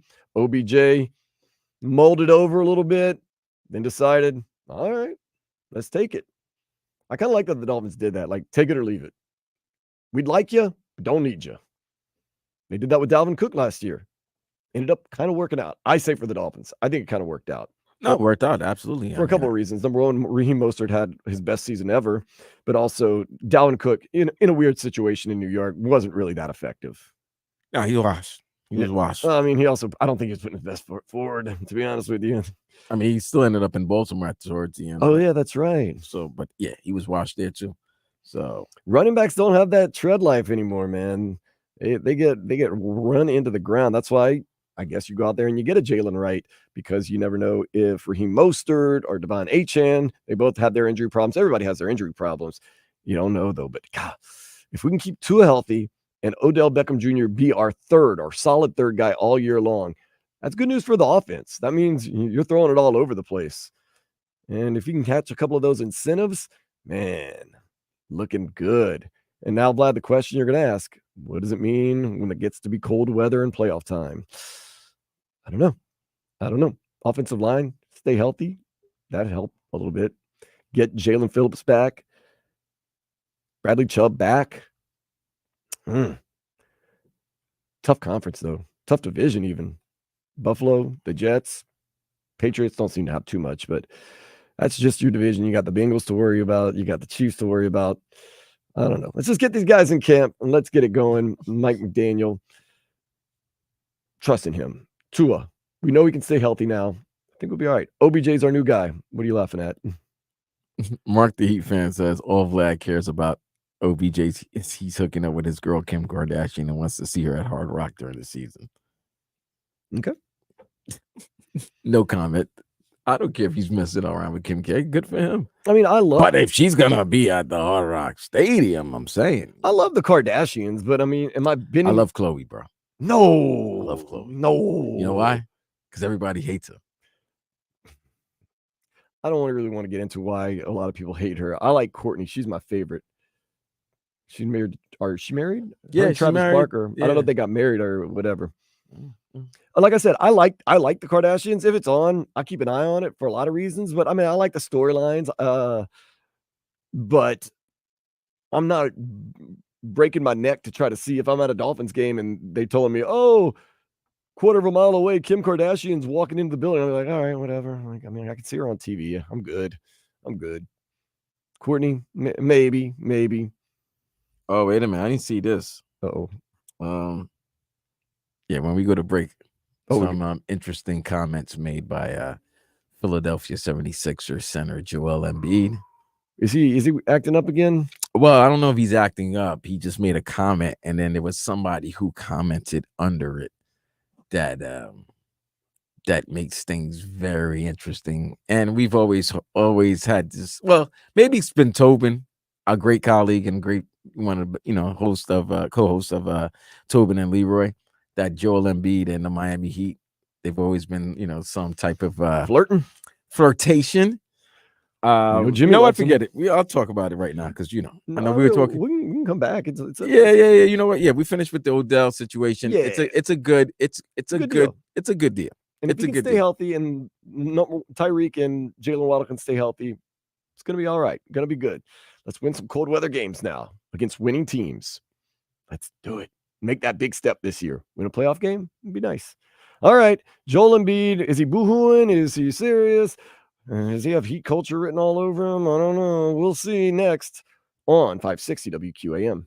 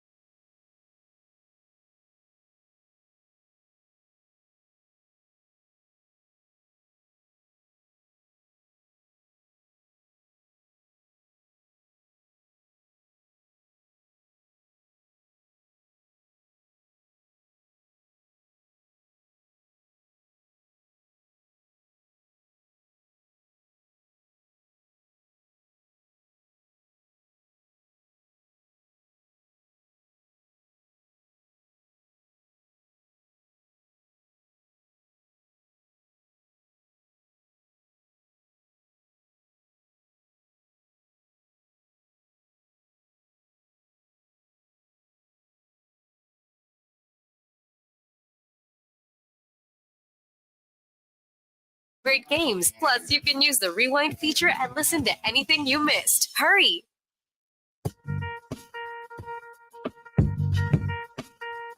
Apparently, Joel Embiid keeping it a buck on social media, and one of his best friends has chimed in. Vlad, I know you're monitoring this situation very closely. Break it down real quick. What did Joel Embiid recently post on one of his social media outlets? He said that you either die a hero or live long enough to see yourself become the villain. Famous word, famous quote, and then hashtag the process. Then right under it, Jimmy Butler replied, "I know a place where villains are welcome." Whoa. Then Joel Embiid replied to Jimmy Butler, "Damn right, my brother." Ooh. So, what I get from that is Jimmy would like Joel Embiid to come take his talents to downtown Miami. Team up again. Reunite. Jimmy Butler, Joel Embiid. Vlad, you see it as something maybe a little different. That maybe it means... No, I said, no. I said that, I personally think... Go ahead. Keep it a buck. Maybe trade Jimmy to Philly. Okay. And then use some of those, because they have 2 first-round picks. Mm-hmm. They got a lot of cap space, I believe. Or they have cap space, and they have a good first-round pick from someone. I think because of the James Harden trade or something to that effect. So I would try to make a trade so that you can get those draft picks and then use those draft picks and try to make a move to like maybe somebody in Phoenix, maybe for like a Devin Booker or Kevin Durant. That's interesting. But I'm trying to look at Embiid's contract to see what's his situation, so that this might be a time for him. It might be time for him to to leave. Yeah, it seems like Joel Embiid is kind of souring in Philadelphia. Maybe, I mean, the fact of the matter is, every time they get eliminated, you got to go. When you're the face of it, when you're the franchise player, all the props go to you and all the criticism go to you. So when they don't get past the first round and they don't get to their goal that they have, so all blame's on you. But Jimmy Butler saying, "I know a place where villains are welcome." To me, that sounded like, come to Miami. Let's find a way to get death here row. to Miami.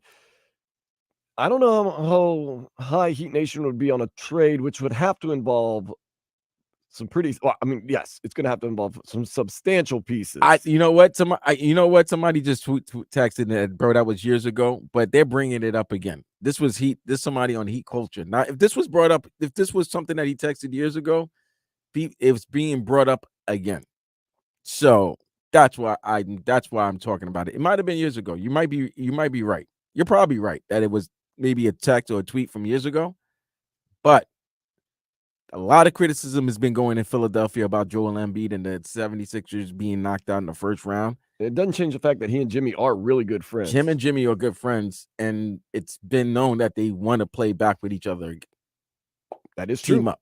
Yeah, we know that Philadelphia fans can be very fickle. We also know that Joel Embiid can be kind of the same way. He's obviously frustrated. He's obviously hurting.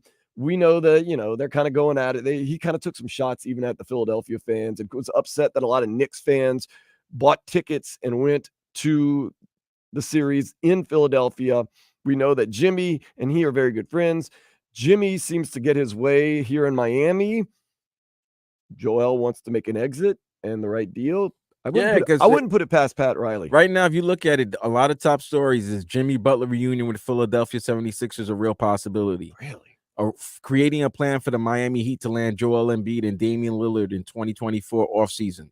Whoa. Jimmy Butler linked to a return to Philadelphia. Like, these are things that are happening right now. Like, they're being discussed. Trending. Man, like I said earlier, I don't see Jimmy leaving.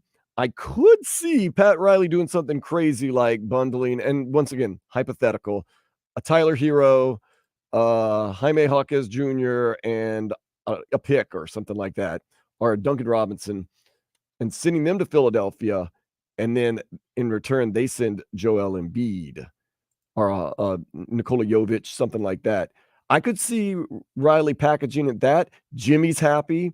You get a former MVP, a guy that can play center, a true 7-footer, allow Bam to play up that 4.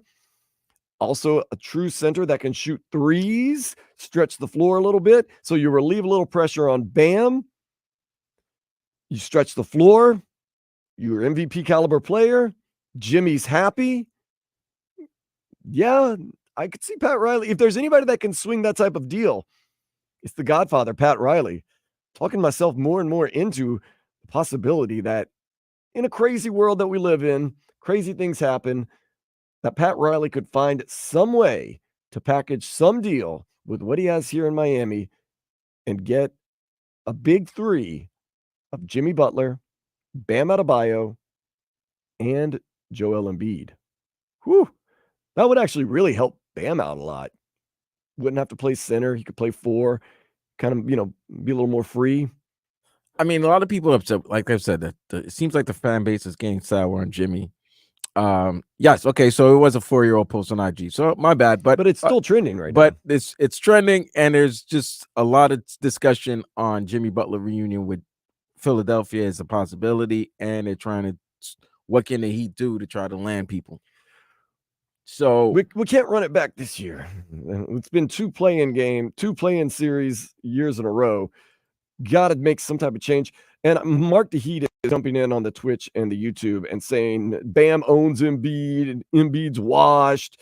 Bam is untouchable. I'm not saying Bam. I'm saying Bam's untouchable. I'm saying Bam's part of this big 3, but I don't think Embiid's washed. And I could see that if anyone could swing a blockbuster deal, I would trust in Pat Riley to do it. And we already know Joel Embiid and Jimmy Butler are tight. We already know Jimmy Butler doesn't ask. He just takes. He's going to go to the Heat possibly and say what he wants, and the Heat will try to figure out a way. And we already know Bam would be good as a 4 and not have to play true center. Joel Embiid, who we know can score some points and relieve some pressure on number 13. Will it happen? I don't know. Your guess is as good as mine.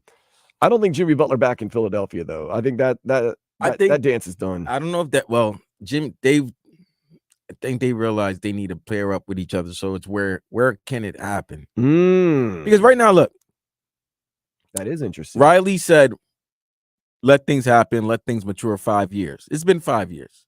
Okay, it's been more positive than negative. Absolutely. But when there's been negative, it's some bad negative.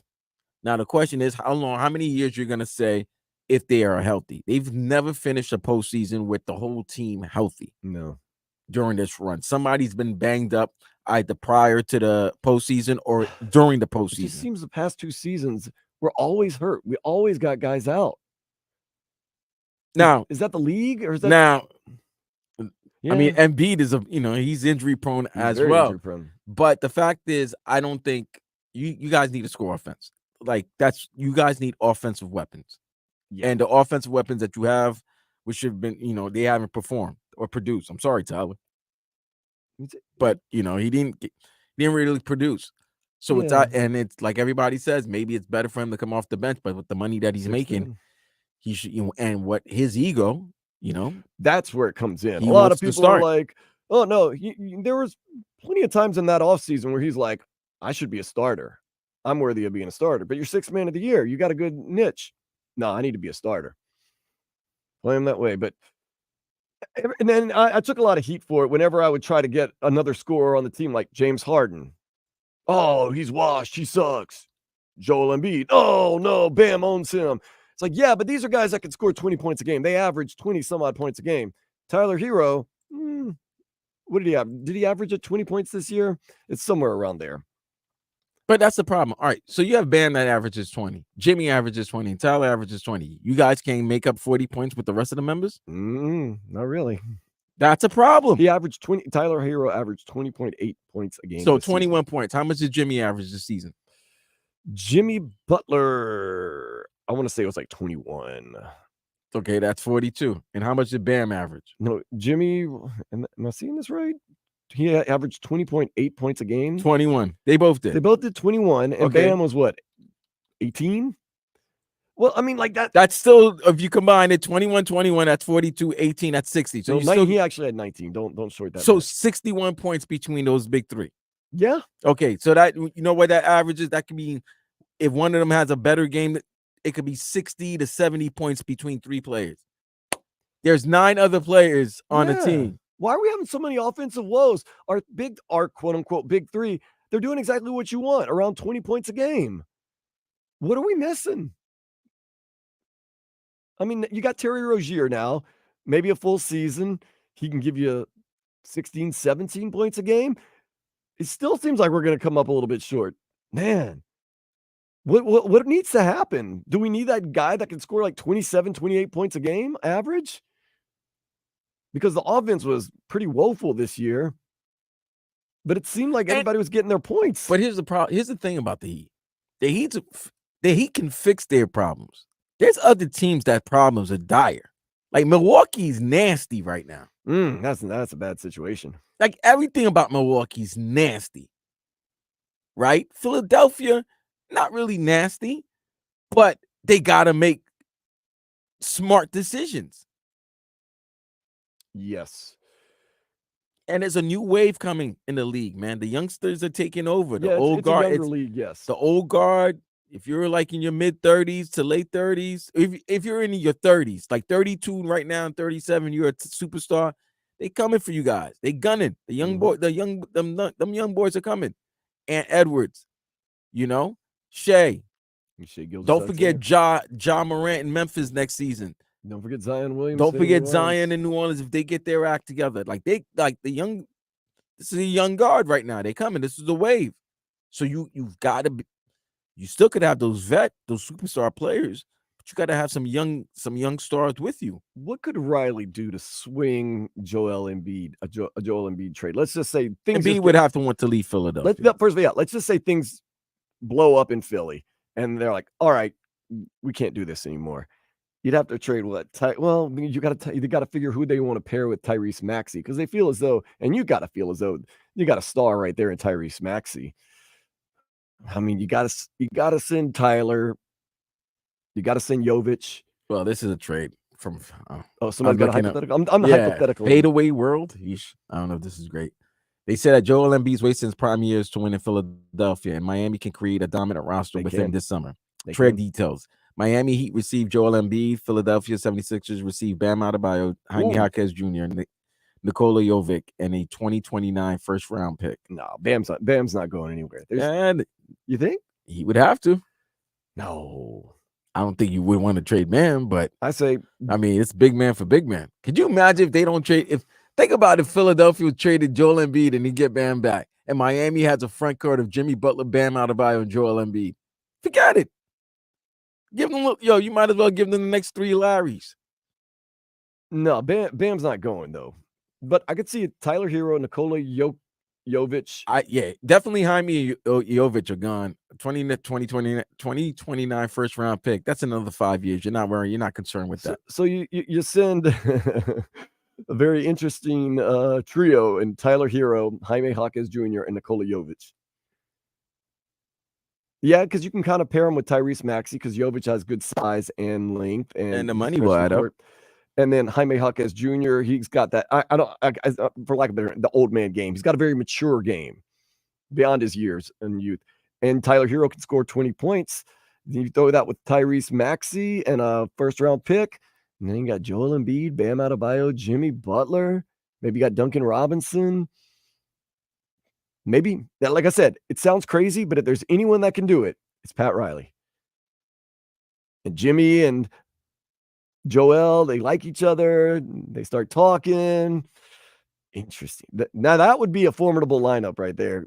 That trio of Jimmy, Joel, and Bam. Whew.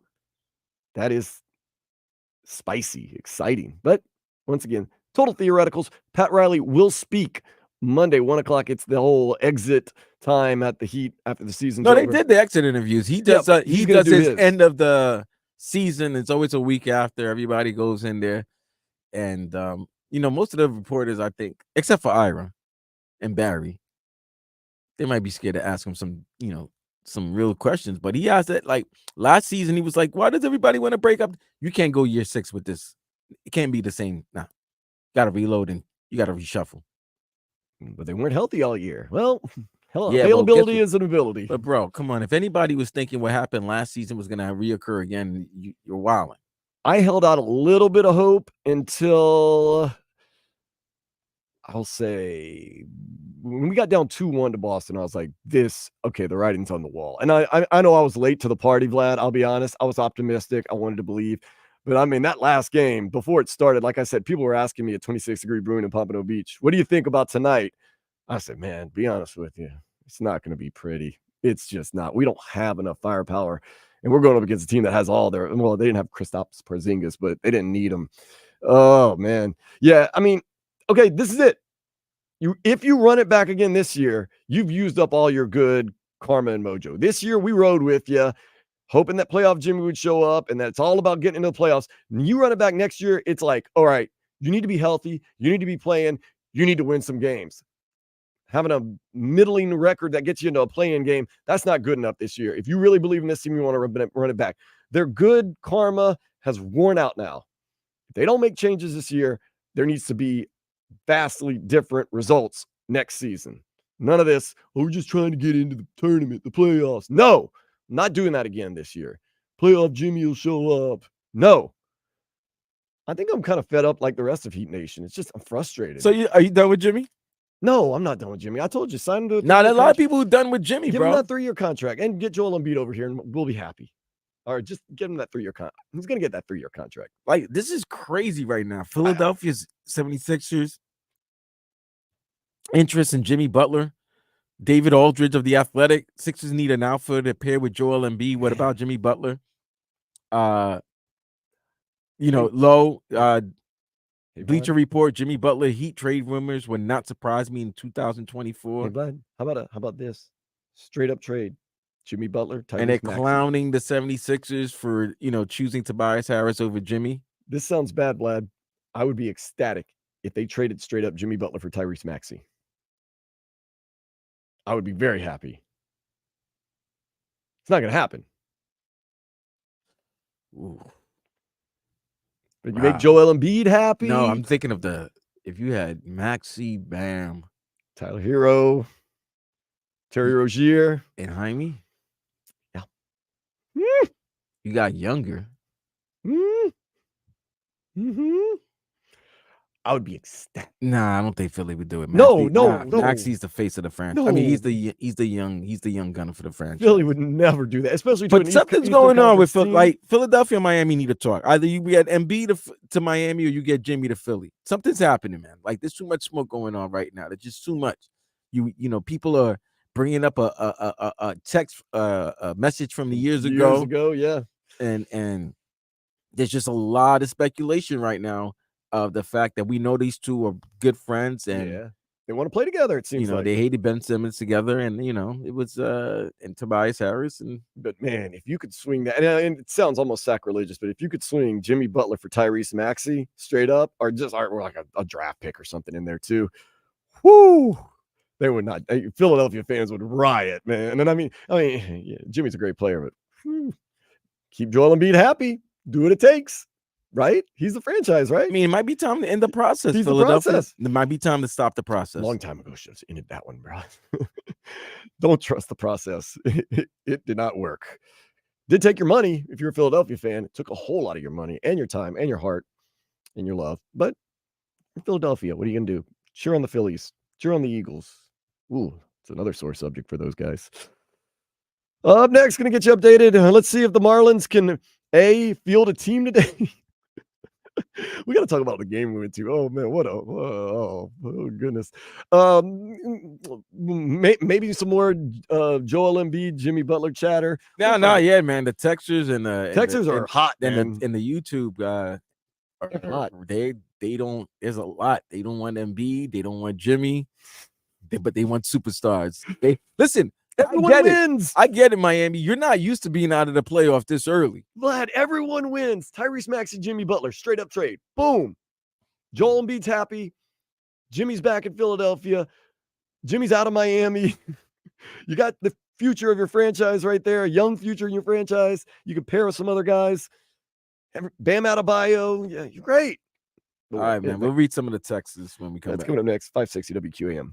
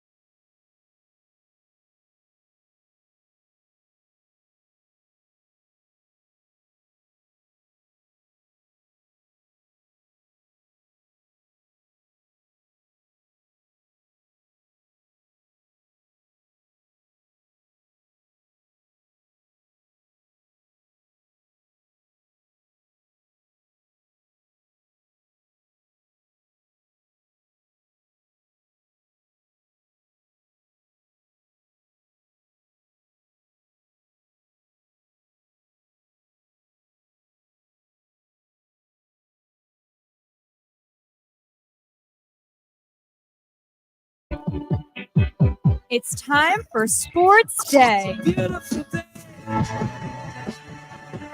Turn it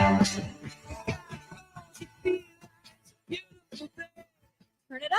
It's Sports Day with Dan Day. NBA season far from over. It is over for both the Miami Heat and the Philadelphia 76ers. That's why trending online right now, all types of talk of Joel Embiid, Jimmy Butler, a possible reunion. People have brought up old social media posts about being villains and not heroes and how villains are welcome here, there, and everywhere. There's chatter about Jimmy and Joel want to play together, but how does it work? Does Jimmy have to go back to Philadelphia? Is there a way that Pat Riley can wave his magic wand and get Joel Embiid here? Heat Nation, pretty brutal to most people involved. Like, doesn't seem like Heat Nation's got much love for Joel Embiid or Jimmy Butler. We're getting texts in 305-567-0560. 352 texts in, no Embiid. He's always injured and unreliable. Heat already got that enough with Jimmy Buckets. No interest unless Maxey is available. Whew. Spitting venom in a couple different directions right there. You don't want Joel Embiid and you're tired of Jimmy Butler. Okay. Tough season, man. 305 did text in, Maxey is a ball hog. Okay. So, but yeah, it seems like it's just a lot of frustration right now. I'm gonna let myself cool down before I get too crazy about Jimmy Butler and Joel Embiid and all that stuff. It was a frustrating season with a lot of injuries and not a lot of. What made it more frustrating is the lack of offense, especially at the last couple of games where you couldn't even crack 90. So, yo, fam, not me. Yo, you can't score 100 points in this 2024 NBA. Even with, and I give them credit. This league was at a terrible, like, scoring was ridiculous. Right. Like, when the season started this year, just bet the over in every game. It was going over. Then they realized it was getting ridiculous when you started seeing like 150-point games. You started seeing 70-point blowouts. It was ridiculous. Not even right after the All-Star break, right before the All-Star break, you saw that the scoring was going down. They were allowing a little bit more defensive pressure, defense to get away with a little bit more. And I thought teams like Miami, New York, Minnesota, they would definitely be able to succeed now because they allowing you to, play a little bit more physical, but you still got to be able to put the ball in the basket. Yeah. And they don't. Look, I'm looking at the playoffs right now. If you don't score triple digits, you are in a tough spot. All the teams that scored double digits lost, except there's a few exceptions. Your Knicks won one game that was 97-92 over the 76ers. Also, I know the Pelicans, they played in that first game that they played Oklahoma City. There's like a 96-93. I mean, when you score double digits, you are in trouble. You got to score triple digits, and sometimes that's definitely not enough. But man, the Heat 84, 88, 84 the last three games. That's really in the playoffs too. And I know things do tighten up in the playoffs, but goodness gracious, that is just not going to get it done.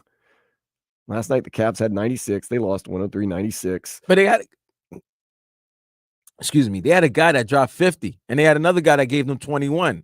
Max Juice gave them 10. Goodness. But all right, either Mitchell was ball hogging, or they needed it. But the fact of the matter is, he dropped 50. They had a guy that was a certified bucket getter.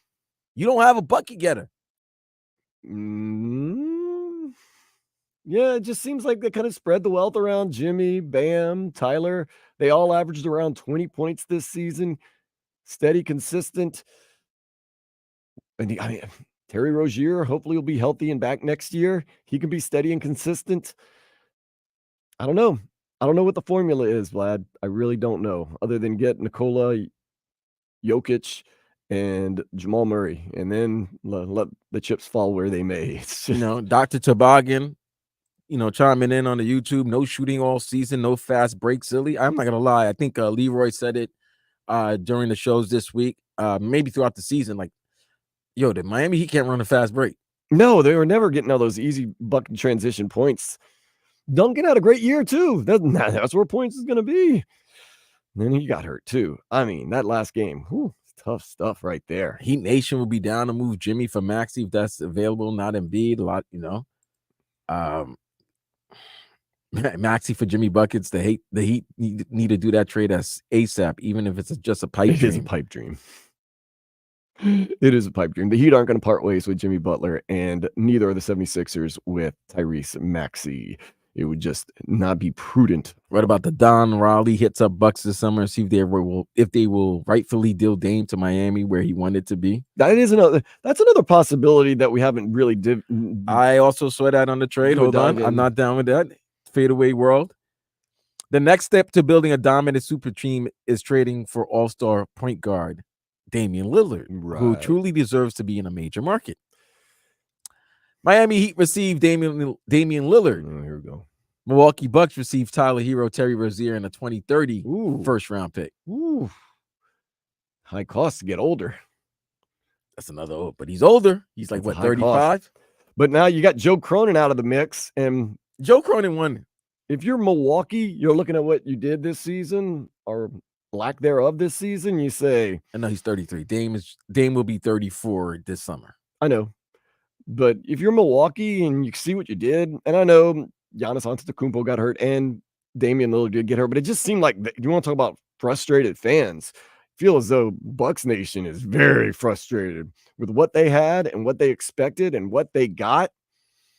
Man, maybe eventually they say, you know what? You always wanted to be in Miami anyway. This situation doesn't seem to be working out. Let's see what we can get for Damian Lillard. Maybe, he says, well, look, I've always wanted to be in Miami. I told Joe Cronin that. Didn't happen. That would be some buckets, but once again, you're getting older, not getting any younger. Just getting older. For a guy that can score, I know he averaged around like 25 points this year, something around there. Yeah, a lot of people, Tyler Hero averaged 20. Why would you trade? And it's like, well, 4 to 5, 6, 7 extra points every single game. And if you could stay healthy, of course, it's always about health. Man, players are so injury prone nowadays. It's crazy, man. Like, maybe I never paid that much attention to it, but it seems like, God, man, every year, that's just all we talk about is injuries. It's crazy. Let's get to some headlines. The Marlins, they fell to the A's 3-1 last night. You will not see Luis Arraez in a Marlins uniform anymore this year because he has been traded to the Padres. 3 prospects and a relief pitcher. The Fish and the Athletics go at it again today, 4:00. Man, great time at the game the other day, though. I'm not gonna lie, fun, great experience. No traffic. No, that was fun, man. I'm doing every afternoon matinee game. I love it. We got, you get. I love the new combo. Prestige beer. Always drink a Prestige beer early in the morning, and then follow it with some cheap beer. Yeah. And then your boy Nathan. Thanks once again for the hookups and everything like that. And Carol and Tammy were great. They were fun. What's funny about the Marlins game? It's more I'd rather walk around and sit in the seats. There's so much going on. There's a lot going on. By the way, where's that bar? My secret bar. Where's that at? It's behind center field. It's tucked away. It was closed. No, not Budweiser. No, it's that little tucked away bar we tried to go to. Was closed. Yeah, but it wasn't by center field. Is it by center field? By that Budweiser, you got to walk down a little alleyway, a little hallway. Oh, okay. That's a spot. 772. That's a spot. But yeah, JR's or something like that. Straight up. That's my secret spot. The last time I was there, I told you I've never seen a Latina Jessica Rabbit before, but I saw it with that bartender. They were closed, man. They were closed, but that was that's the secret spot. Yeah. And the game was fun. Oh, it's all man, and it was fast. Like, listen, the best thing, I'm a diehard, right? I'm old school because that's how you were when you learn the rules of the game. When you learn, you love the game, but when loving something, you want to know everything about it. So when you learn the game, you understand that the pitching change. It's just part of baseball. But yes, in the year that we live now, with everything moving so fast, information fast, with social media, computers, internet, technology, all of that. It was great now that you can go to a baseball game and don't feel that you've been there for 4 hours. Right. Like it was an extra inning game, and it was like 2 hours and 20 minutes. Yeah. And we were out. It was quick. We were out. Yeah, it was quick. We're done. Easy in, easy out too. Easy in and out. It was funny though, as Vlad, you and I were sitting out and Officer Perez was, conducting traffic and stuff. Shout out to Officer Perez. Outside the Lone Depot Park, there's a lot of people. And then you get in and you're like, where are all those people at? It's weird. It's an odd feeling, but yeah, we'll hit some more noon games up. Always a good time. Michigan State defensive end Simeon Barrow has transferred to the U. Miami opens their season in Gainesville against Florida August 31st. In the next segment, we're going to take a look. Somebody recently predicted how Miami is going to play this season, wins and losses. We'll see how all that goes.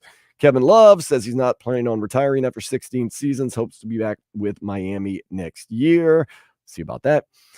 Mavericks into the Clippers season last night, 114-101. They won the series 4-2. Orlando extended their series with Cleveland. They're going to do game 7.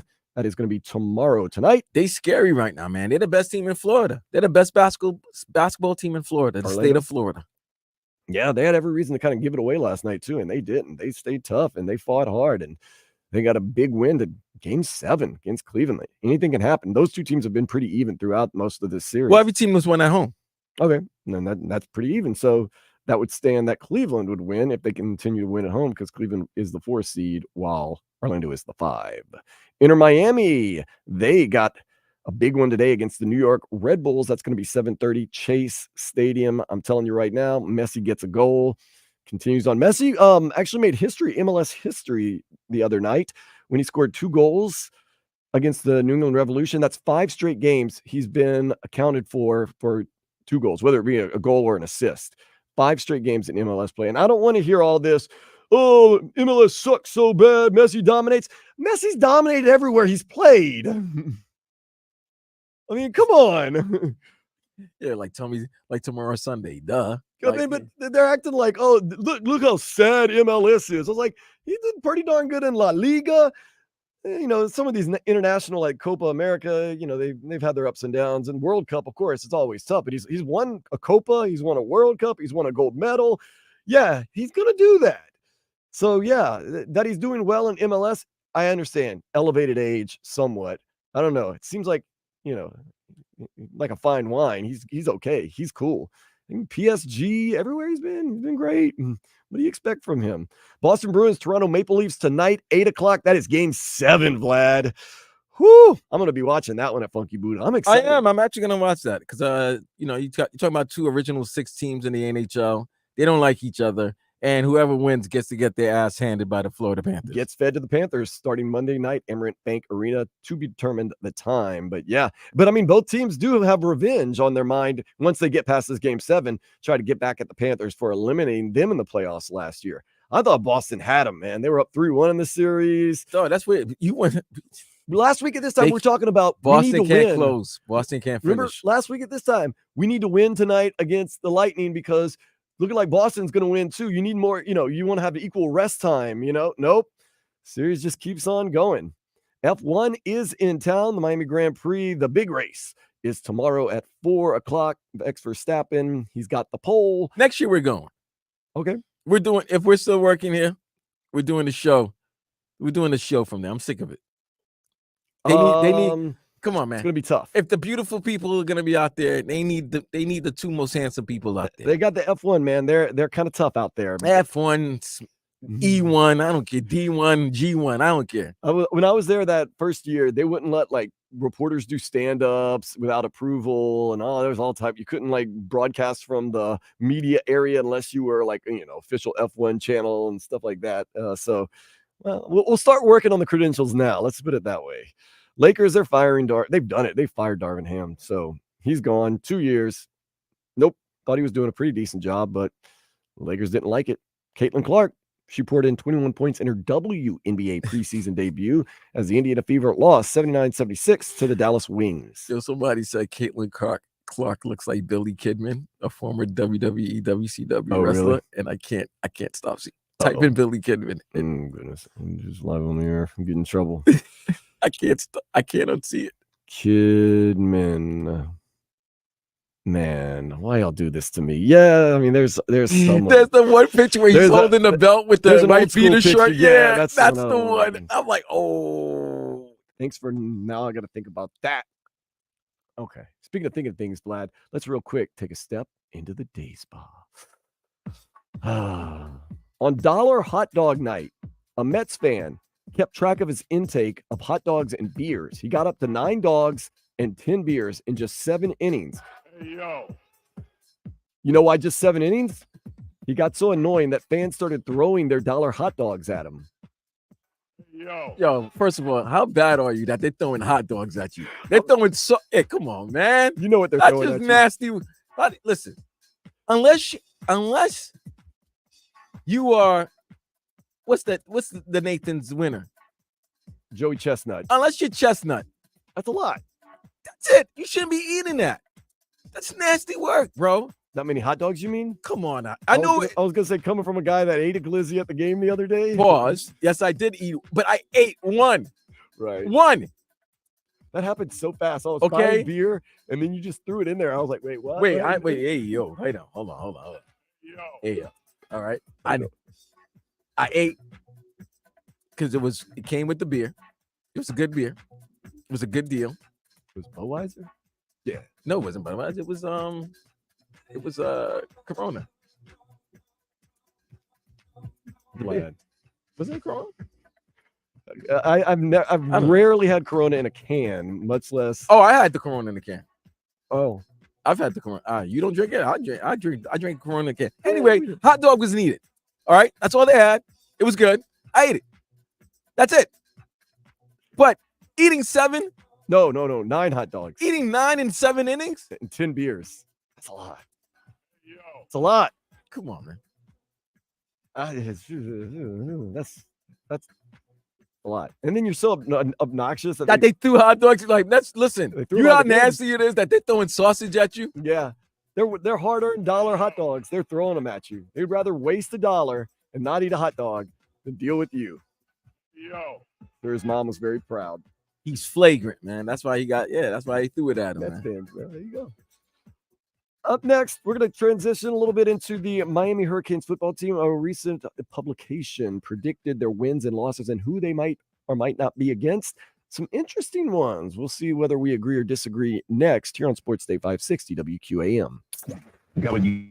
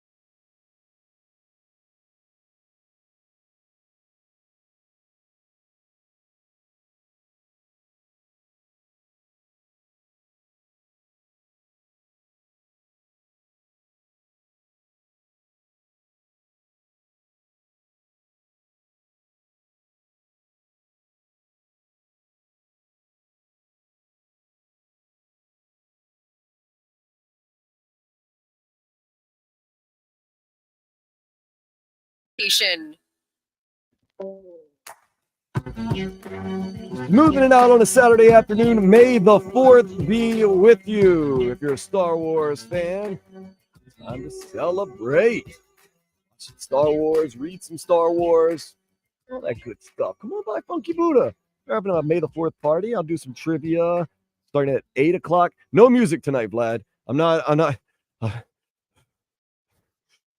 Yeah, you calm down, man. Why are you breathing so hard? What's wrong with you? I've been playing music for like 7 hours a day for the past 3 or 4 days. Like, I love music, but for the masses, I need a little break.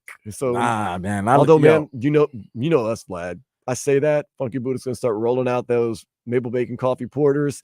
And I'm gonna say, yeah, I'll stick around for one more. I'll play some music. Why not? Yeah, your choice of beers as well. I love stouts. My insides are just dark right now, man. Like, although we had that Prestige before the Prestige was good before the Marlins game. There's nothing like walking into Jensen's liquor store at 10 a.m. as they're opening. And the best part of it, I wasn't alone. There's other people in there buying booze at 10 a.m. I was like, Don Julio, who works, he's like, what are you doing here so early? I go, got to go to a Marlins game. He goes, oh, okay, yeah, that sounds about right. I'm like, yep, that's it. But I want to get high right now, Vlad. Look, here we go. We know Luis Ariz, he's no longer with the Marlins. Who knows who else was going to get traded? We know that this season is lost. They have 3-game win streak. We went to one of the wins. We saw the walk-off. You finally saw a win. Congratulations. I know. And to say I called it, that's not really fair because every batter I said they were going to, when it got into the 10th, every batter that got up, oh, he's about to win the game. Out. Oh, he's about to win the game. Out. Oh, Jesus Sanchez is about to win the game. Double. So technically, yes, but process of elimination. No, I digress. I want to get high right now. So Luis Ariz, we talked about all this. I want to talk about these Miami Hurricanes, the football team. Really? August 31st is going to be here before you know it, bro. I'm telling you. It's still some time.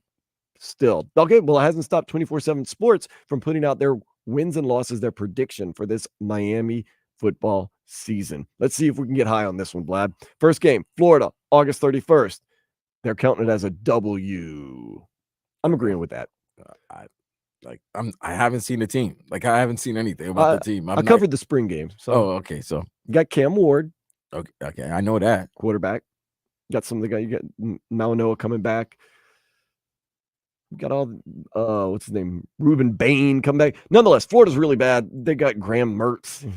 What are they going to do? Look, you can't lose that game just out of the rivalry, man. It's just some games you can't lose. Both teams need that win because you lose that first game. And right, both teams are in in the same predicament. So you need that win just so that you don't have to listen. There's too many Gators that live down here in South Florida. If they win, they're gonna chop it up. Literally and figuratively, they're gonna chop your heads off. So I do have the Miami Hurricanes winning that game. Maybe it's hopeful. Maybe it's rightful. I don't know. Second game of the year, Florida A&M. That's September 7th. They have that as a win. I also agree that Miami should be able to handle Florida A&M. They should, but I expect a little bit of a letdown, but not to a loss. But maybe the effort might not be the same after that hopefully a big victory over the Gators. Third game of the year, they're taking on the Fighting David Lettermans of Ball State. 24/7 has that as a win. I would hope that Miami has it together enough to defeat Ball State. Who are not terrible, but they're not, the best of the best. Okay. Here's where it gets interesting, Vlad. At South Florida, they have it as a loss. South Florida's good.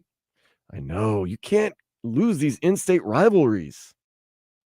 I like the fact that there's games in Florida that you can travel to where Miami can make it. You know how like my Knicks went to Philly and just took over Philadelphia, made Wells Fargo Center into that was crazy. Into Chase Center. How you go to another team's arena and change their bank?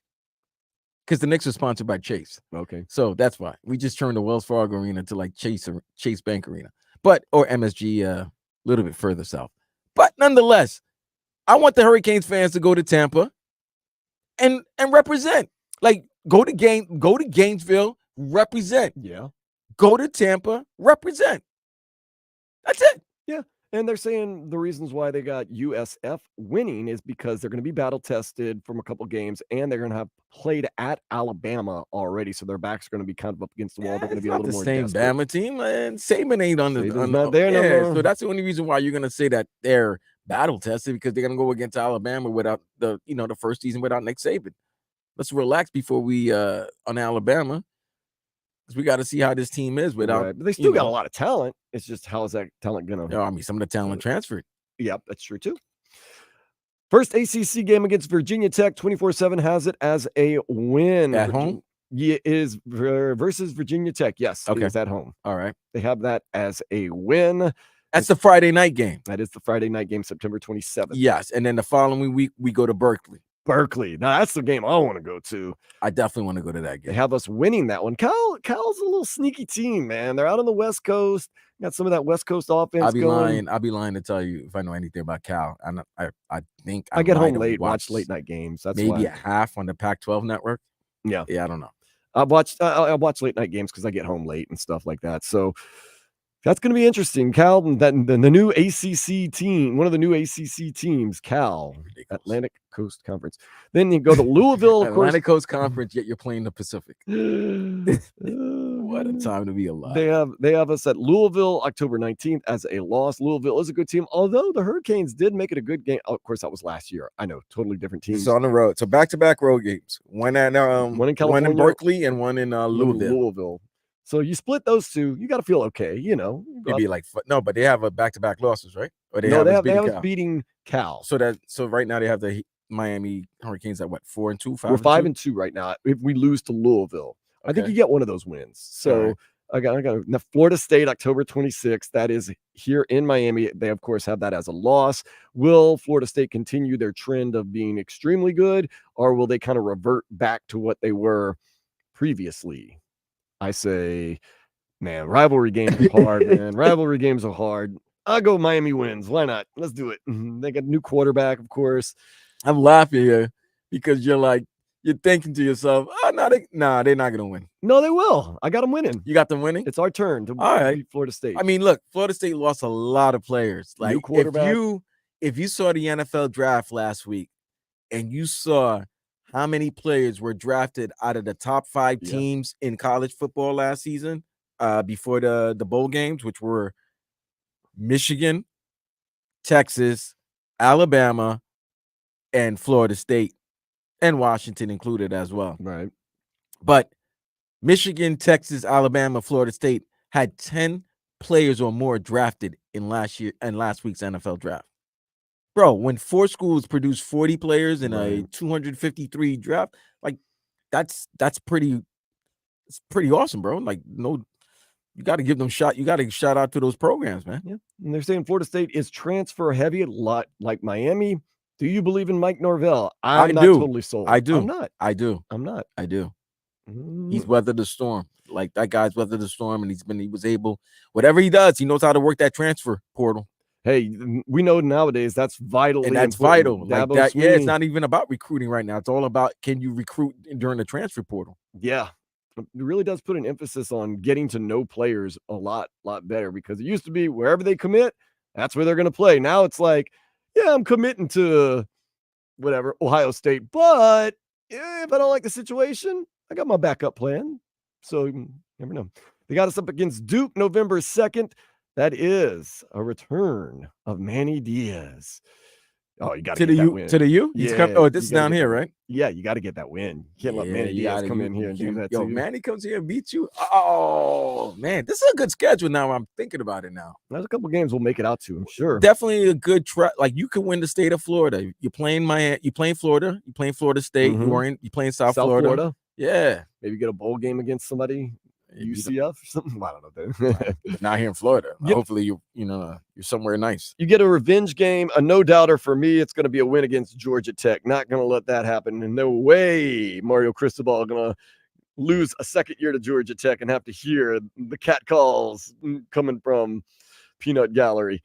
Wake Forest, November 23rd. They have that one as a win, a big win for the Miami Hurricanes. They haven't lost to the Deacon Demons since 1944. I don't like that stat. It scares me a little bit. Miami holds a 7-game win streak over Wake Forest. Last 3 meetings have been decided in crunch time. Yeah, that's how things go. And then they got you at Syracuse, November 30th. Another big win for the Miami Hurricanes. So they have them finishing at 9-3, 6-2 in the ACC. which now leads to the question. Vlad is 9-3, a good record, satisfactory record for this Miami Hurricanes team as a fan base. I know you said you haven't seen the team and all this stuff, but do you think the fan base would be okay with, hey, 9-3, 6-2 in the ACC? 9-2, 9-3, 9-3. Yeah, that's a good season for Mario. I say you go 9-3 and you beat Florida State as a fan base. I think you go 9-3 and you beat Florida and Florida State. You win the state of Florida, and I think that's very satisfactory. That's and you win your bowl game. Obviously, you got to win. No. You got to win a bowl game. Oh, really? Florida, Yeah, no, you got to win your. Wow. No, because you win a bowl game. That's a 10-win. That's a 10-win season. That is something nice. So yeah, you need to go 9-3. So if they go 9-3, as 24/7 has it, I think that's a great season for Mario, because that means every year you've done improvements. So you went from 5-7 the first year? Yeah. Last year was what, 7-5? No. Yeah. Or 7-6. Yeah. You were one game above 500. Okay, so then you were 7-6.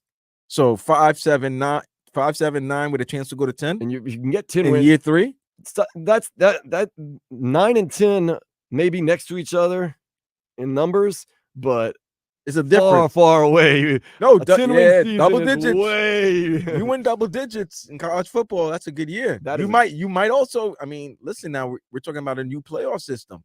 Depending on who you beat, there's going to be some teams, I think, that are two loss or 3 loss teams that will be in a college football playoff picture. Yeah, you might find your way close to, if not in, the college football playoff, especially in the ACC. If they only have 2 losses. Oh yeah, if you're a 2-loss ACC team, I think you have a chance. Shot. Yeah, a shot. As long as you don't, Cam Ward doesn't get hurt in the last game of the year like last year. Jordan Travis. Yeah. Oh man, so a 10-win is magical. I mean, I hate to say magical. I know you're going to get like, this is the Miami Hurricanes. How can that can even be acceptable? Well, the reality is a 10-win season would be great. 10 wins, including that bowl win, winning the state of Florida, onward and upward. That's really that's enough to ask. It's not too much to ask, but it's a big ask. So let's do that. Let's win the state of Florida. Let's win 9 games. Let's get into a good bowl game. Maybe sneak into the playoff, and then get ready. Have a good year. Should be a good one. Yeah, I'm trying to circle what games I want to go to. I mean, Florida State. No, I already said I'm going to all the home games. Oh, all of them? Yeah. Oh, well, that time I don't have that type of time. Yeah, I'm going all the home games. Okay. I gotta leave that. I gotta go see my homegirl, man. Okay. They got some. Perez? They got no. That's Lone Depot. They play at Hard Rock. You got different ones. You got different ones stashed away. Yeah, man. I got Hard Rock baddie Erica. Okay. She's a great bartender out there, and these are the important things. Yeah, absolutely. I know. Okay, well, I don't know what game I'm gonna go to, and I'm definitely taking a road trip. You're gonna take a roadie? I want to go to Gainesville, and I want to go to Tampa. I would think Tampa would be the good one. And I'm going to Orlando. I want to go to I'm going to Orlando. I want to go to the Cal trip, but I'm starting to vacation out a little bit, Vlad. I'm starting to hurt a little bit. Going to San Juan, Puerto Rico in a couple of weeks. I'm going back to New Orleans for a couple of days, and there's probably still another trip in my future somewhere. And I was looking at going to Rwanda at some point, but that's just me. You gonna stay at Hotel Rwanda? I know that's kind of where I got it from, man. They actually got like a volcano national park out there. Who knew? I thought it would be super cheap. It's not. I mean, flights are just ridiculous, man. That's all I can say. It's ridiculous. That's something right there. We got some something or nothing up next here on Sports Day 560 WQAM.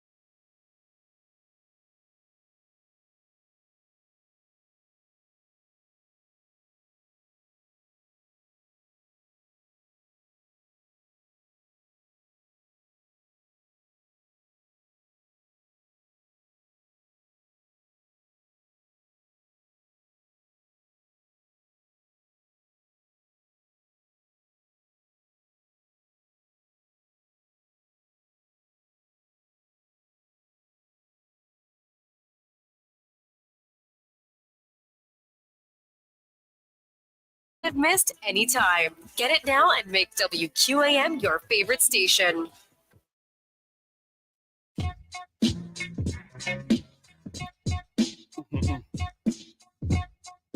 It is Sports Day. It is Something or Nothing right here, 560 WQAM. If you're listening in South Florida on the Odyssey app around the world, Facebook and Twitch and YouTube, I don't know, MySpace, whatever, just look 560 WQAM. We'll get you taken care of. People are chiming in. Our dude Trevor says Cal stinks. The Cal trip is expensive.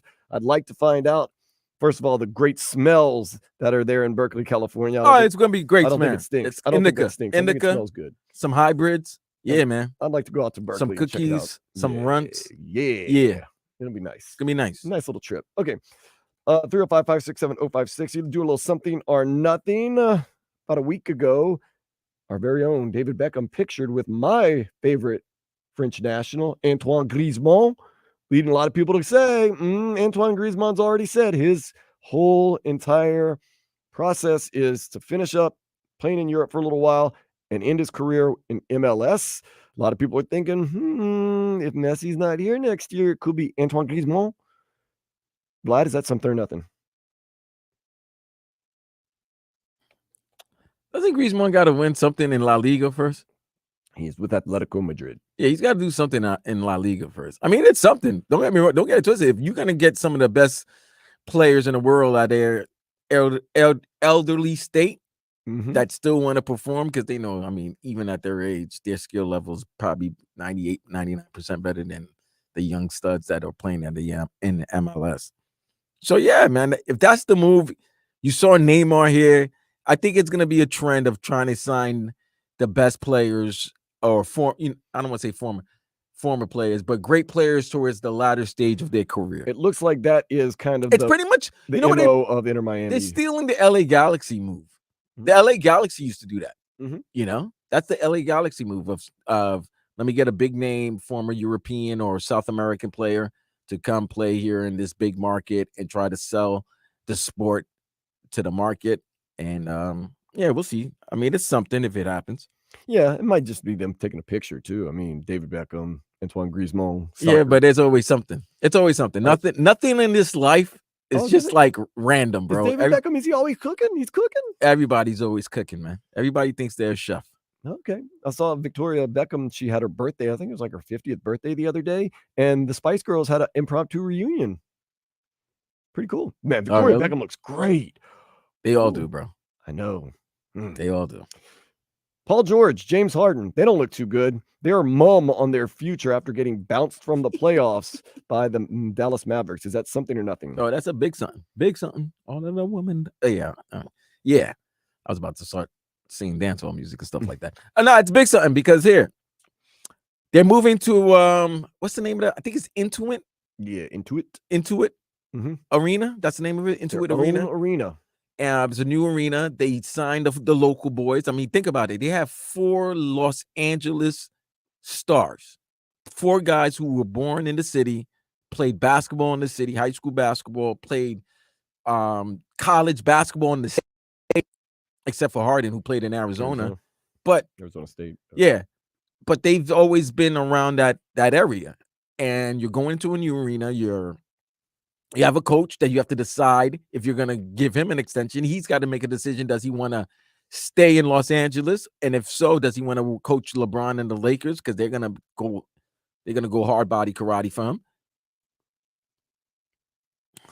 Paul George's been rumored to go to many different cities, back maybe to Indiana. It's obviously not working very well. It's not. There's always injury problems. And then I called it a mile away. And it's Intuit Dome. All right. Thanks, Trevor. Intuit Dome. So you already signed Kawhi, but Kawhi's always banged up. He plays more than you think. He's always banged up. Paul George has been rumored to be going to Philadelphia, going back to Indiana, maybe New York, maybe Miami. Who knows? They've got a lot of decisions to make because you're about to put almost nearly $200 million between those 4 players. Russell Westbrook, Harden. Yeah. A lot. That's a lot. To get bounced in the first round. Tom Brady, he's a minority owner of Birmingham Football Club. They have been recently relegated to the 3rd tier of English football. Is that something or nothing? Yeah. Well, what's Brady got to do with it? Because he owns the team, or he just owned the team? Because he owns the team and the team lost and they've been relegated to the 3rd league? Yeah. So that has nothing to do with Brady? Whatever. I always wondered. It's nothing. If it would be cool to have a relegation in like the United States sports, like your football team or basketball team or baseball team. Ooh, actually, I don't hope they do it in baseball because the Marlins might get relegated. But it would be interesting to see because, you do have like every year, let's say like one team would get relegated and one team would be elevated. So in the NFL, you'd have to elevate a UFL team. That's interesting. That would be hysterical. Basketball, you go G League. That would be funny. Baseball, you can do minor league. So you keep it in the organization, I guess. That would be. Yeah. That would be interesting. I mean, you would definitely not tank. Ooh, it would suck to be your team, though, man. Ooh, like those people from, what is it? I forgot. I watched the series on Netflix. Sunderland Till I Die. I actually have friends here in South Florida. David, my friend David Robson, he is a Sunderland Till I Die guy, and they've been relegated, not relegated, but they've been in lower leagues of the English football leagues for a while. It's just tough times. Ooh, Vlad, Ghostface Killer and Nas team up for a song, Scar Tissue, Something or Nothing. Oh, that's always something, man. Come on, man. You talking about two of my favorite artists, rap artists of all time, bro. Tony the Tiger. Nas, man.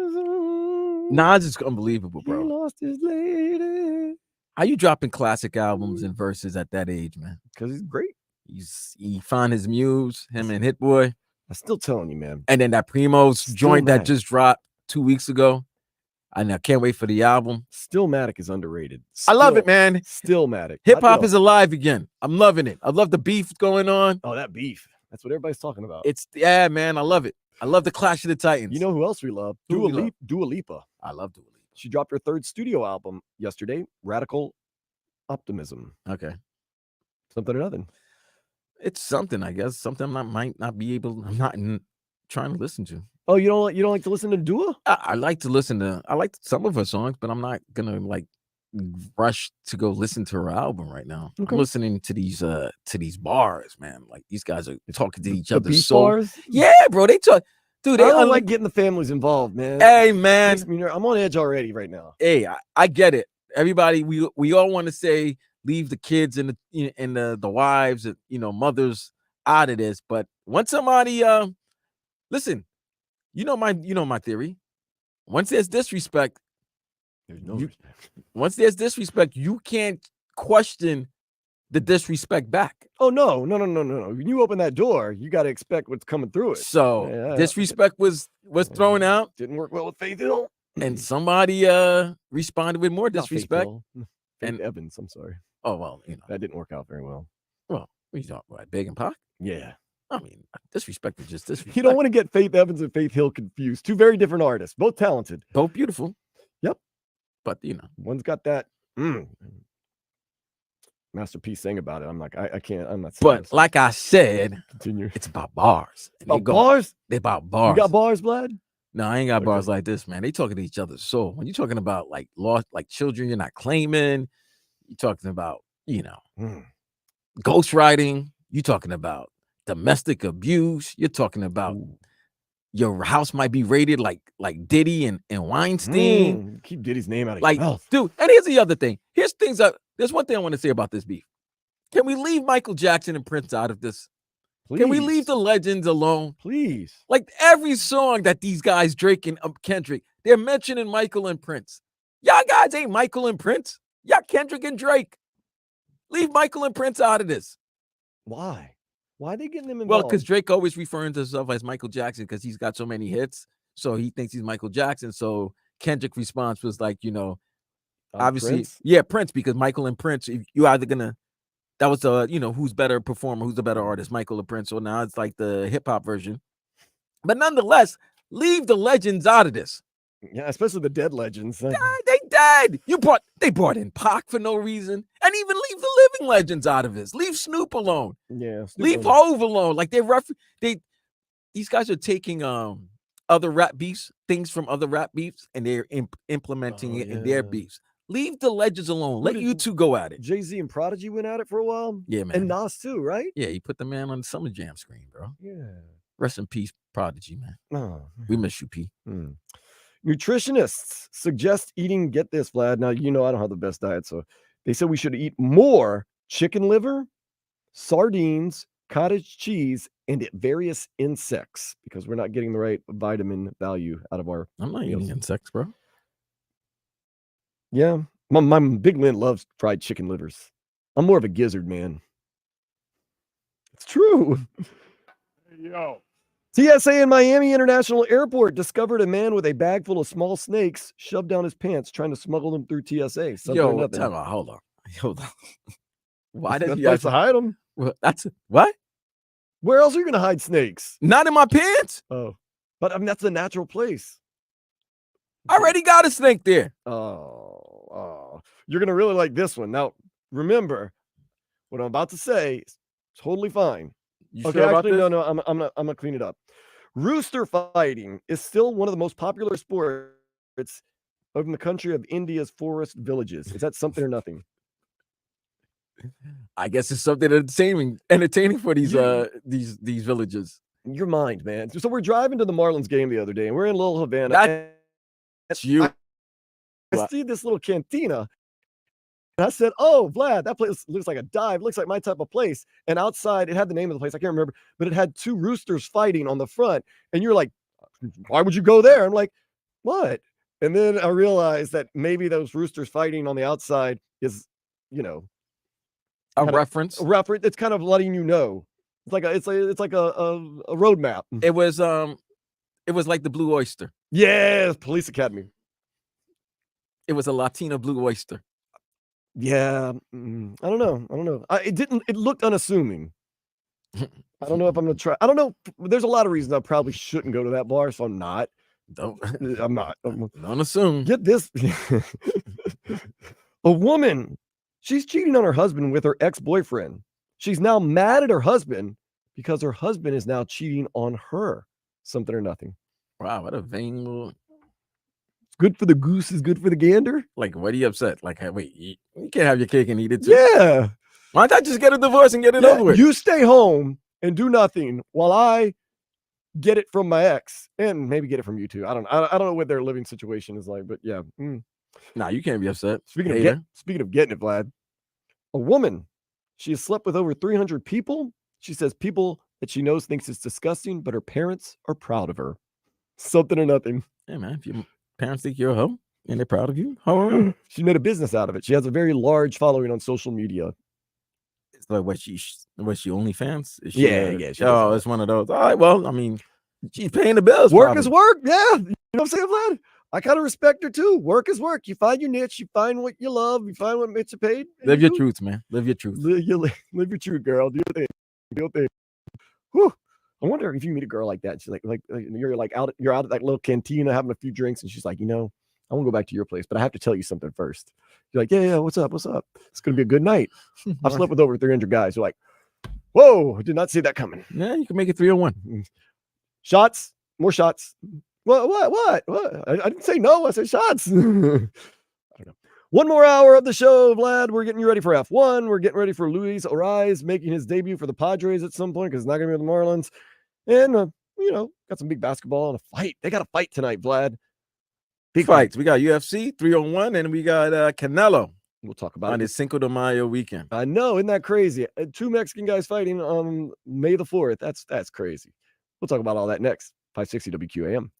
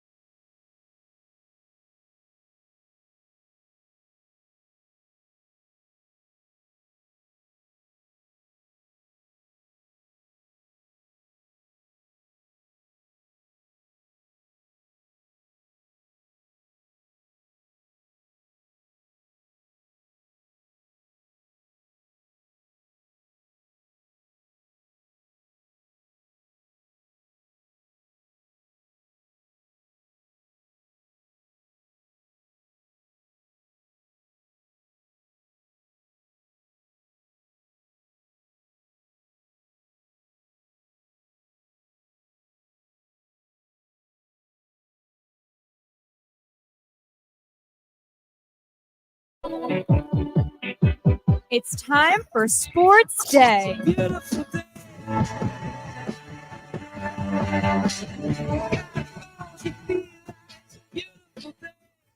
up. It's Sports Day with Dan Day. Good stuff coming your way this evening.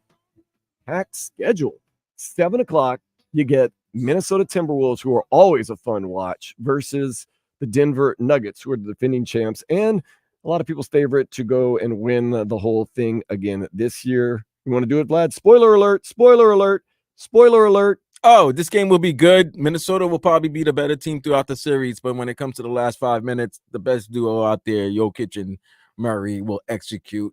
And what's his name? Aaron Gordon and Michael Porter Jr. and Kendrick. Contavious Caldwell Pope, KCP. They're just going to execute and do championship things because they have the championship DNA. Okay, tune back in now if you didn't want that spoiler alert. Yeah, here's another spoiler alert. F1 race that's happening this weekend in Miami. Spoiler alert, spoiler alert, spoiler alert. Max Verstappen was one that, even though the race is pole tomorrow, but he's going to win because he's won the previous two, and I don't think the man's ever lost a race. And I can recall the last 2 years. Well, remember, he lost that one because he had a mechanical failure. Oh, well, unless there's a mechanical failure, Max Verstappen will win.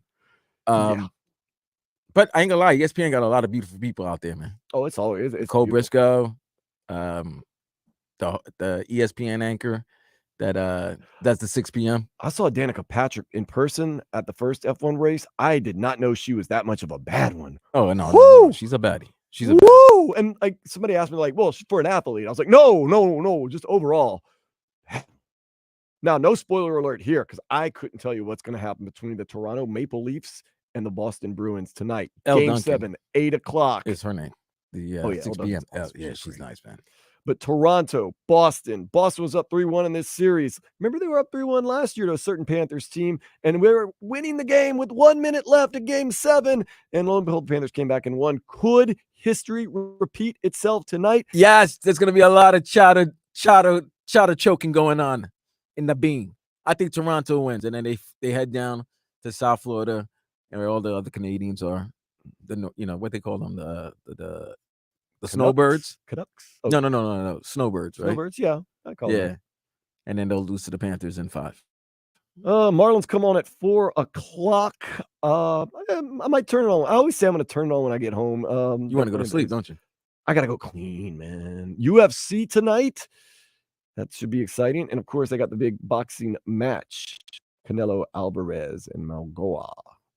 Both Mexican nationals fighting it out. Cinco de Mayo weekend. Sounds pretty good right there. That's funny because Canelo Alvarez is efficient with his punching, while Malgoa, he is a volume puncher. So if you're going to get to Alvarez, you're going to have to get him early if you're going to be a volume puncher guy, because if Alvarez will just probably going to wait you out and knock you out and get you good. And then, of course, Inter Miami and the New York Red Bull, 7:30 tonight, right down on Commercial Boulevard at Chase Stadium. I think Messi gets a goal. I think the world will be right and we'll be good. And there's some UFL game going on, but we're not getting that deep. We can get deep into other things, but yep. Let's go on. Oh, and it's May the 4th. May the 4th be with you. Big Star Wars Day. Funky Buddha having their big party all night long. I'm going to be out there at 8 o'clock. I will do some Star Wars trivia, which has me absolutely petrified. I'm not going to lie, Vlad. That's why part of the deal Why is... you petro, man? Well, that part of the deal was food and drinks are involved for multiple reasons, but I need to loosen up, man, because I am not a huge Star Wars person. And those pronunciations can get scary. So I have been brushing up, to say the least. I am scared if I ask a question that's not accurate, I might get murdered. Somebody might stab me with a lightsaber. Lightsaber. Never been stabbed by a lifesaver, but a lightsaber. You might have choked on a lifesaver. Yeah, maybe that. And so I'm a little petrified, but I'm gonna drink a couple of maple bacon coffee porters. I'll be fine. It'll be good. And I always tell people, if I make mistakes, just yell at me. I'm not going to stop them anyway. So I'm doing that. And then tomorrow is Cinco de Drinko. You and I'll be here from noon to 4. And then who knows, man? Who knows? We do know a few things. Got some headlines to run through real quick at the top of the 3 o'clock hour. Marlins fell to the A's 3-1. Luis Ariz is no longer a Marlin. He is a San Diego Padre. Man, Luis Ariz has got the life. Well, he had to be in Minnesota for a while. Not the greatest, but he's living in Miami. It's like, oh, I'm not in Miami anymore. It's going to suck. No, you're going to San Diego. Okay, let's go. Well, I like that they traded him and he didn't have to fly cross country. He was already in the state of California. Yeah. Imagine if he was traded back to like an East Coast city and he packed his bags. Yeah. Luis Ariz. That would have been nasty. Venezuelan national, 2-time batting champion. In return, the Marlins actually pay some of his salary still. So we sent him to San Diego. We're going to keep paying part of his salary. San Diego's going to give him the minimum that they can pay him. And then we get 3 prospects and the pitcher who's our favorite. Actually, that is our new favorite pitcher, Vlad, for the Marlins. Not mine. His name, Woo Suck Go. Hey, yo. Just saying. That's my new favorite pitcher because we know who I don't like on the mound for the Marlins. And who else did it again? There was another one. They got somebody named Head. Oh yeah, so it sounds like a joke, but this isn't like Ball Sack Sports or anything like The Onion or anything. This is ESPN. Major League reliever Woo Suck Go. Prospects Dylan Head, Jacob Marcy, and Nathan Mortarella. 2-time batting champion, ladies and gentlemen. Bag of baseballs. Once again, next noon game, though, Vlad, look for Vlad and I, maybe not sitting down the first base line because Vlad likes to walk around at these games now. So we might be in the outfield. Oh, we almost caught a home run ball. Oh, my goodness. How did we not talk about this earlier, Vlad? Because, there was a lot going on. By the way, when I was watching the highlights, I'm like, damn, you could literally see us right there. I'm like, oh, there I go. Whoa. So there I go. We're out in center field, and there weren't a lot of people, so we're up against the wall drinking a beer. Felt like it was like 100 ounces of beer.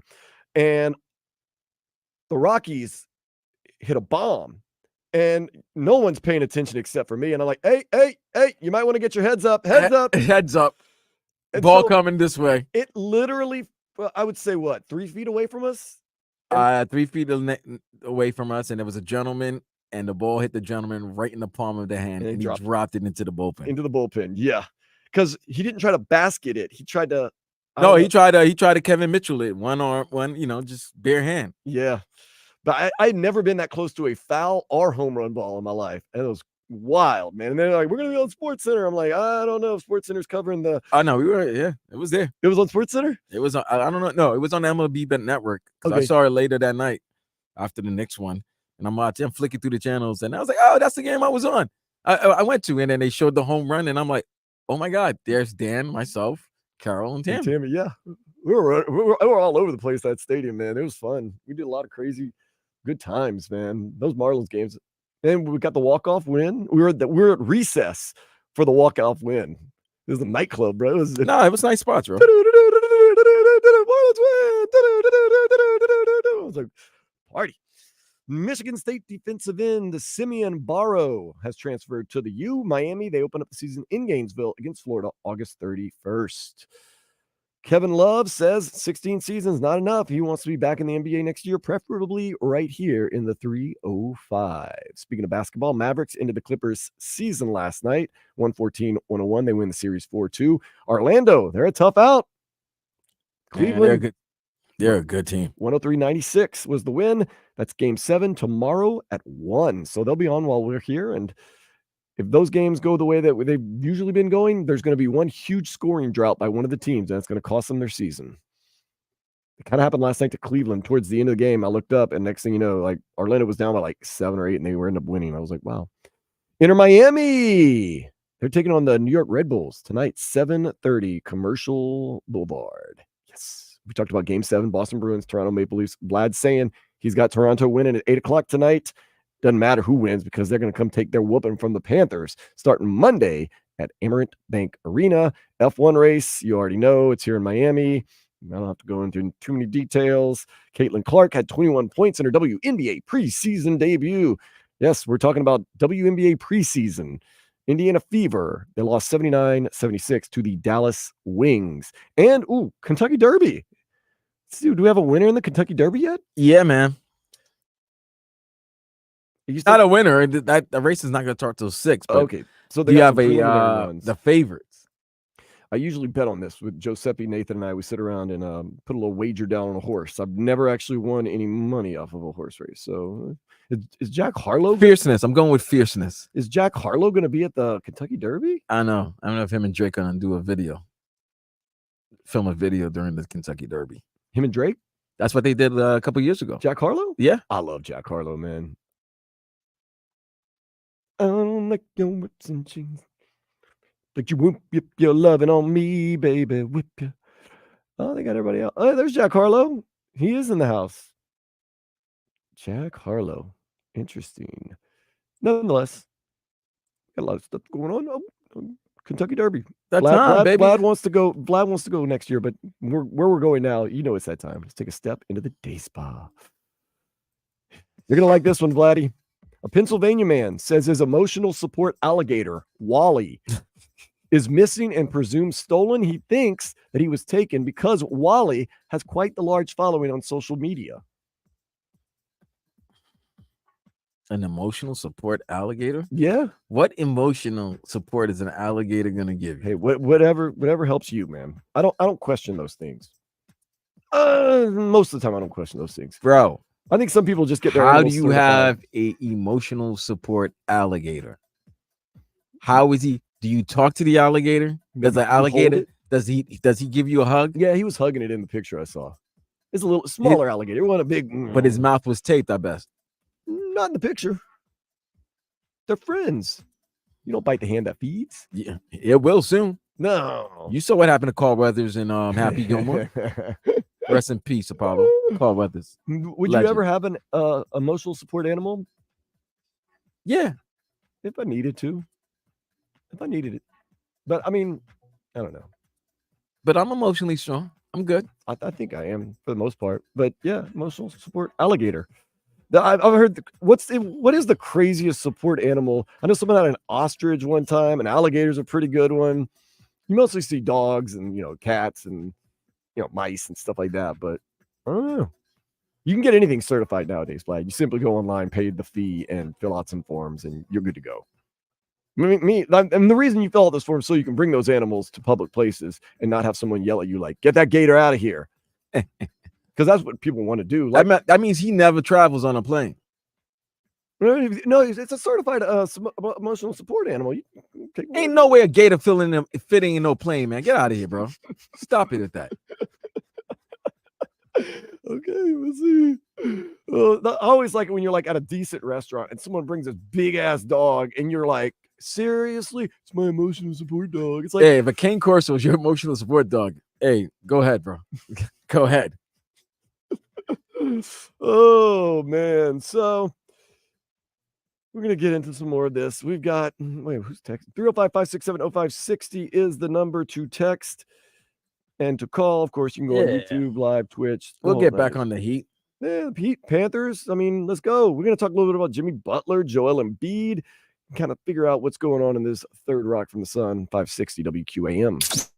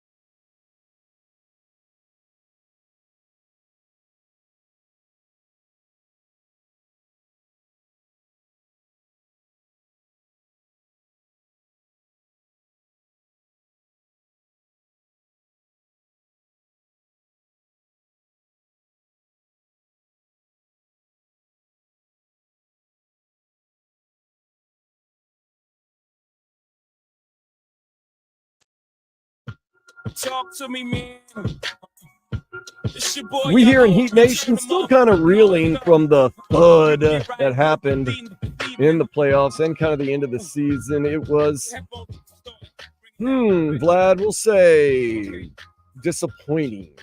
I would say disastrous, but Jimmy Butler goes down early, first play-in game. All your hopes that you've been pitting all year, playoff Jimmy's going to show up. Don't worry. He made that guarantee. You'll see. We're going to make it back to the finals this year. We're going to win it. We're spoiled in the preseason. We're a deeper team this year. I know championship teams. This has the potential to be a championship team. They lose in the first play-in game. They lose Jimmy Butler. They win the second play-in game. Then they get the big bad Boston Celtics. They tie the series 1-1 in Boston. And that's where the story might as well just cut off and end, because after that, it was a whole lot of nastiness. 84, 88, 84 points. Those three losses. So they average 86 points. 86, yeah. And Jimmy now, once again, Vlad, we talked about this. When you're winning and you're doing good, things are cute. When you're losing and things aren't going good, not so cute. Like, it was funny. He goes to tennis events, and he loves Neymar, and he wants to play soccer, and he's drinking Michelob Ultra and making country albums. And now it's like, what the hell is he doing? What are you doing? Go play basketball. Go play basketball. Which is now, you guys are a tough bunch, man. I respect it. Now, of course, there's whispers and rumors and social media saying he and Joel Embiid both kind of, would like to rekindle their teammateship, and there could be talk of him going for some way, because he wants this now 3-year extension when he has 2 years on his contract. So he just wants an extra year. He wants an extra year and extra money. And remember, he's 35 years old. Because if he gets that extra year, it's going to be hard for them to trade him. Yeah. He wants to be a Heat lifer, and that's the decision you got to make. Does he want to be a Heat lifer, or does he want to be a city of Miami lifer? Well, you can be a city of Miami lifer and not a Heat lifer. But I mean, you might as well, if you're living here, you might as well work here. Does he think he's like Dan Marino, like Mr. 305? Dwayne Wade. He's gotten to the finals twice. Yeah. Dan only got to the Super Bowl once. Ah. He's given you 3 conference finals. Mm-hmm. Right? 2020. 21, you were eliminated in the first round. 22, you missed the shot. Yep. To win it. And then 24, you upended Milwaukee, New York, and Boston to go to the finals. Yep. And then you got eliminated in the first round this year, but he wasn't there. Sounds like Heat lifer to me. Dog, it's gonna be tough because he's really got the resume that, like, he's got the evidence to be like, see what I've done. He's played better in the playoffs than any point. Like, he's never had a 40-point game in the regular season. But the thing you got to give Riles credit for, and then I know people kind of rip him for the fact that what happened with D Wade, but different situation. It's a different situation. But this is why I respect Riley, the Bill Belichick's of the world. It is they love you. But when it comes to business, there's no loyalty. The loyalty is to the team. The loyalty is to making sure that you are able to have a competitive team with a chance to win. And if you don't feel that the value of this player is going to be equivalent to the pay that he's asking for, then you're going to have to move on. But in moving on, what are you going to get? Right. That's because you are who you are. You're a top tier, upper echelon team. You always have championship aspirations. So in a city like Miami, in the fan base of the fan base down here, you need a superstar. You got to get another star. Right. You can't say Bam's going nowhere, bro. Like, even though we talked earlier, unless Bam is going for Embiid or Jokic, Bam's going nowhere. No, he's 27. Not going anywhere. I don't know what you're gonna do with Tyler Hero. It's been 5 years, bro. Lots of questions. It's been 5 years. You got Scary Terry for a whole full season next year, barring any injury. But you also need help with your bench. Are you gonna bring Caleb back? This was Caleb's last season. Yes, do you bring true. Caleb back? Duncan.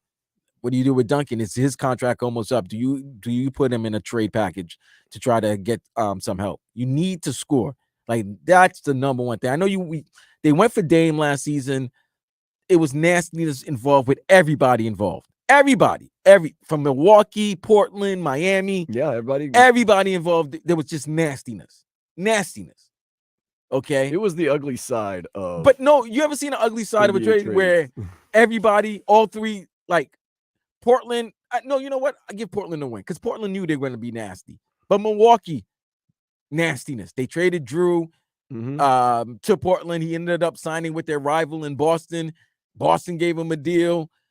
Lillard never looked like him and Giannis got their thing going. You got a third coach within a year. You're paying 3 coaches. You're paying Adrian Griffin. You're paying Mike Budenholzer. You're paying Doc Rivers. Doc was there it was just nastiness involved. But if you look at it, right? Ugly. It's just ugly. Ugly. I mean, and then Miami really do anything. And the ugliness with Miami is that they look thirsty from last season, and then the trade never happened. Cronin might have been just being an a-hole, being an a-hole the whole night. And remember, Dame did the whole thing like, if you trade me anywhere but Miami, I won't show up and I won't play. Nastiness, bro. I only want to play for Miami. The only thing that really Miami came out was just perception was bad. Number one, it looked like we were really cocky and really like arrogant, like we're Miami, we're gonna get you. And then we looked like, really, really bad, and like they didn't like us. So the perception was, but Miami, the Heat didn't do anything wrong in that situation. Everybody involved. Look, we knew Portland wasn't going to be good or making a postseason run, and Milwaukee and Miami, their postseason run ended early, and now they have to look at each other and see what's going on. You don't have draft picks, not good ones, right? To be trading either organization. So you're thinking. There's something has to be done. So the whispers are, and these are very, very, very preliminary whispers. Pat Riley will speak this Monday season. Yeah, 1:00 right here. Probably here at 560. They would probably air it live. Probably should air it live. But the other thing is, the whispers are Embiid and Jimmy Butler are such good friends. They like playing together. Yeah. Whispers about Joe getting back on the Dame situation, see if you can make a move. Rekindling that quote unquote relationship that maybe it's not working over there. Maybe it's time to just go ahead and let him give the baby his bottle and let him come play in Miami. Bam, we know that he and Bam love each other. They love playing with each other. Played on Team USA. Bam's going back to Team USA.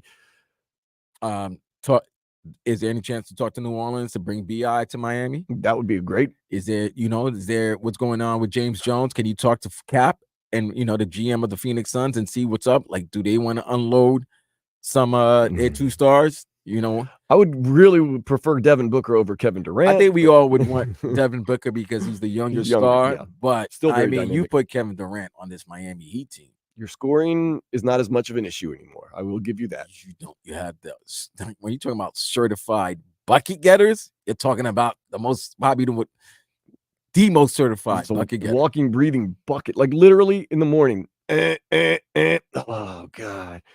And just starts making baskets, just buckets, making it rain, man. He can do it you can drop him on any planet, anywhere, anytime, and he can just get points. But the core has to change right now. Like the core has to change. We said that last year. Terry Rozier. That's the difference. Healthy Terry Rozier. We'll see. That's the ultimate difference. That's the difference maker right there. No disrespect to Scary Terry. Like he was starting to get to that level, and then the injury happened. But I think you just need a little bit. You still need more. I will say, and we've seen it today on the text line 305-567-0560, Twitch and YouTube. There's a lot of frustration with the Miami Heat, and there's starting to be some growing frustration with Jimmy Butler and kind of the way he's acting and what he's done. I'm telling you right now, we said this not too long ago. The superstar athletes of the city, they're great, but now they've gotten to the point where the troubles outside, is it worth the production that they provide? Exactly. I'm talking about Tyreek and some of the situations that happened with him during the season, right? And and Jimmy right now, and everything's always about money. And when these guys they feel like they're not going to get their money, they might cause a problem. Yeah, and Jimmy Butler, the real issue is with his extension is his age and the tread on the tire. I think if he's 30 years old, it's a no-brainer. But an old 35 is a wear and tear 35 is for 3 more years. That makes you 38, 39 years old, possibly. Whew. It's a lot. Heat lifer, though. I expect it to happen, too. I think it will. I fully expect it to happen. So, Heat right now, let's see what Pat Riley has to say on Monday. We'll assess our situation and take it from now in the moment. It was a fair with many highs and many lows and kind of a thud at the end. You had a better record than you did last season. Very frustrating. But you didn't have a better postseason record. You just didn't have a better postseason. I mean, and let me ask you this. If they lost with Jimmy playing, would that be quicker to say, let's break this thing up because you saw Jimmy there, you saw them, there was no injury and they lost to Boston, and you can say, look, they lost to your team, like with your guys? Or with Jimmy not being able to play, you can say that you can run this back with the squad again because they weren't healthy. But the fact of the matter is they haven't been healthy the last 2 seasons. You said the magic words, Vlad. Yeah. But it's been 5 seasons, bro. Even Rouse know that after 5 years, you got to break up with nucleus sometimes if they don't get the goal, the ultimate prize. You can hear him say it now. We're a good team. We just got to stay healthy. You'll see next year. We're going to get in the training room. We're going to get the best of the best. I don't know what happened. Sometimes you get bad breaks. But we got a championship caliber team as long as we stay relatively healthy. And that is how you run it back, possibly.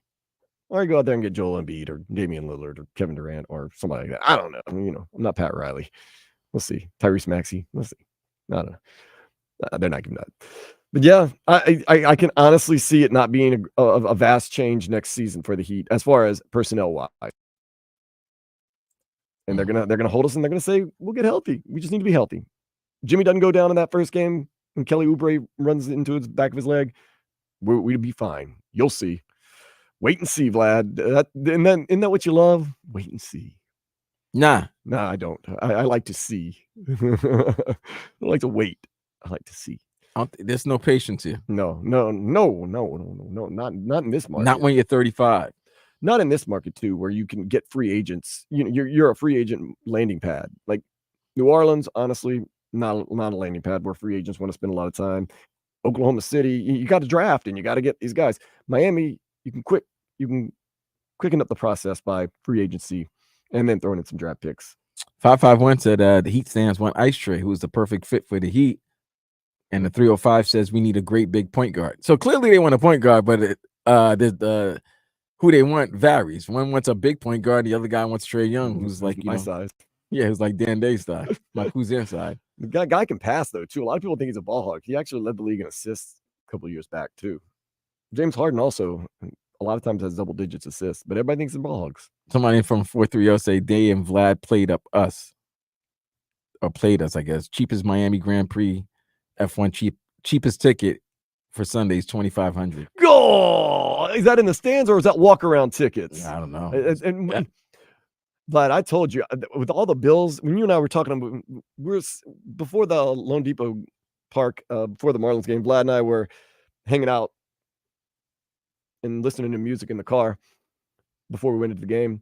And we were talking, I was like, man, bills have been crazy. I said, yeah, if someone like looked at my Zelle account, they thought I got hacked. Because every day it's just whoop, whoop, whoop, whoop, whoop, whoop, whoop. Yeah. Like I couldn't Zelle everybody. Like I have limits. Like, oh, okay. No, that's good. Speaking of Zelle, see how much money I can spend tonight. We're going to talk about it next here on Sports Day 560 WQAM.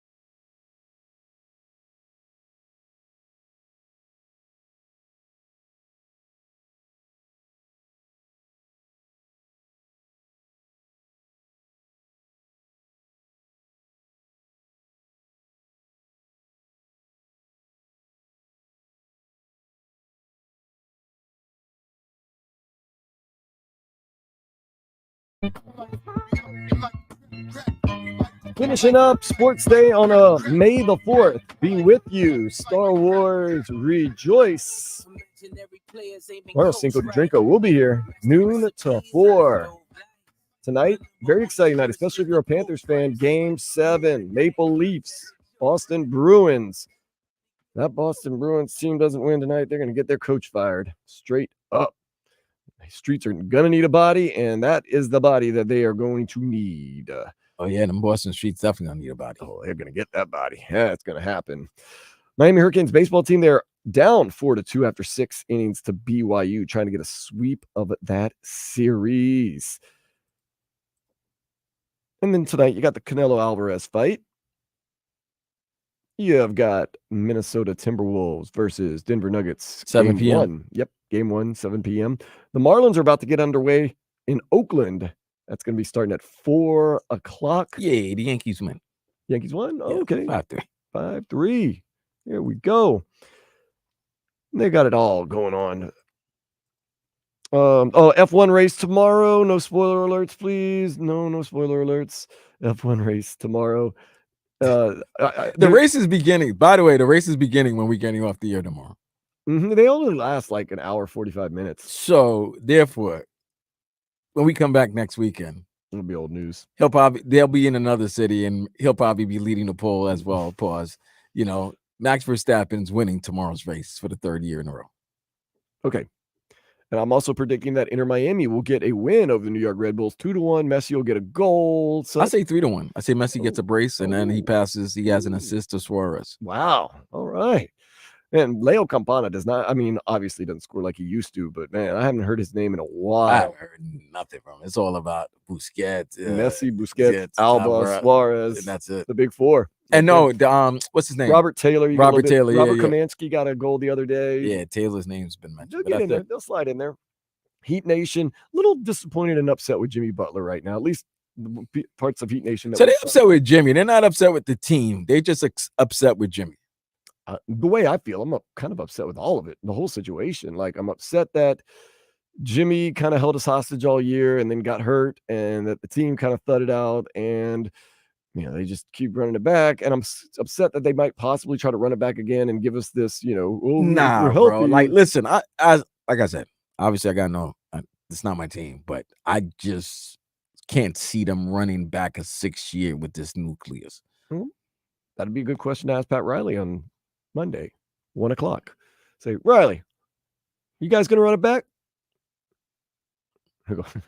Because we're not using injuries. Like, we got to be honest. If Giannis is not hurt for the full sad series, they probably win that. They probably. I don't know if they win, but the it's a different series. Have you noticed the Denver Nuggets stay relatively healthy? Why is that? No. Jamal got hurt this year. Remember, he wasn't supposed to play that game 5. He wanted to play that game 5 again. Thank God they didn't listen to him. Thank God he didn't listen to them because they needed him to hit that second game winner again. Staying healthy is very, very, very, very important. But the best teams do it, at least. But that's the thing with this team. This team should always, every year, you expect them to be the best conditioned team out there. That's mandate with the Heat culture. Right. You've got to be in great shape going in, and then we'll get you into better shape after training camp. They do that. They definitely do that, man. Like you said, it's not like Eric Spoelstra said, it's not for everybody. There have been some that have come. And speaking of Spo, he was asked he was going to watch any of the NBA playoffs, and this was his response. They played very good basketball, and they probably had something, to motivate them even more against us. But they played at a high level, and I will not watch 1 minute of their games, but they'll probably do this, to several teams from here on out. I guess he has the Boston Celtics as the favorite coming out of the East. He's a little unhappy about the whole situation, but he had just lost game 5 the other night. And I'm not. Kudos to you guys. Congratulations. I'm not watching. Okay.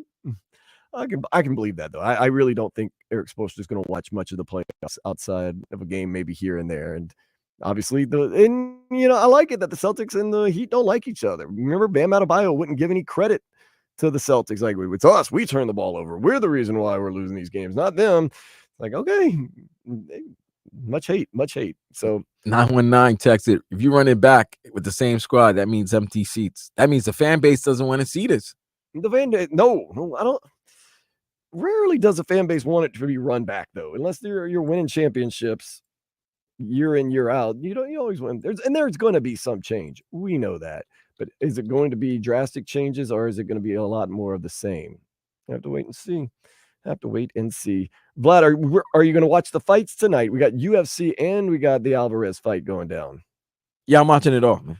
You going to at home or? No, I'm watching at home, bro. Okay. I'm watching at home. I ain't You going to do any Star Wars? You going to watch maybe one of the Star Wars? No. Maybe a series, some Boba Fett or something? No. I might go. I'm still trying to figure out if I want to go to the battle rap event. Oh yeah, they got a battle rap going down tonight. Yeah, it's Studio 183, the Trenches.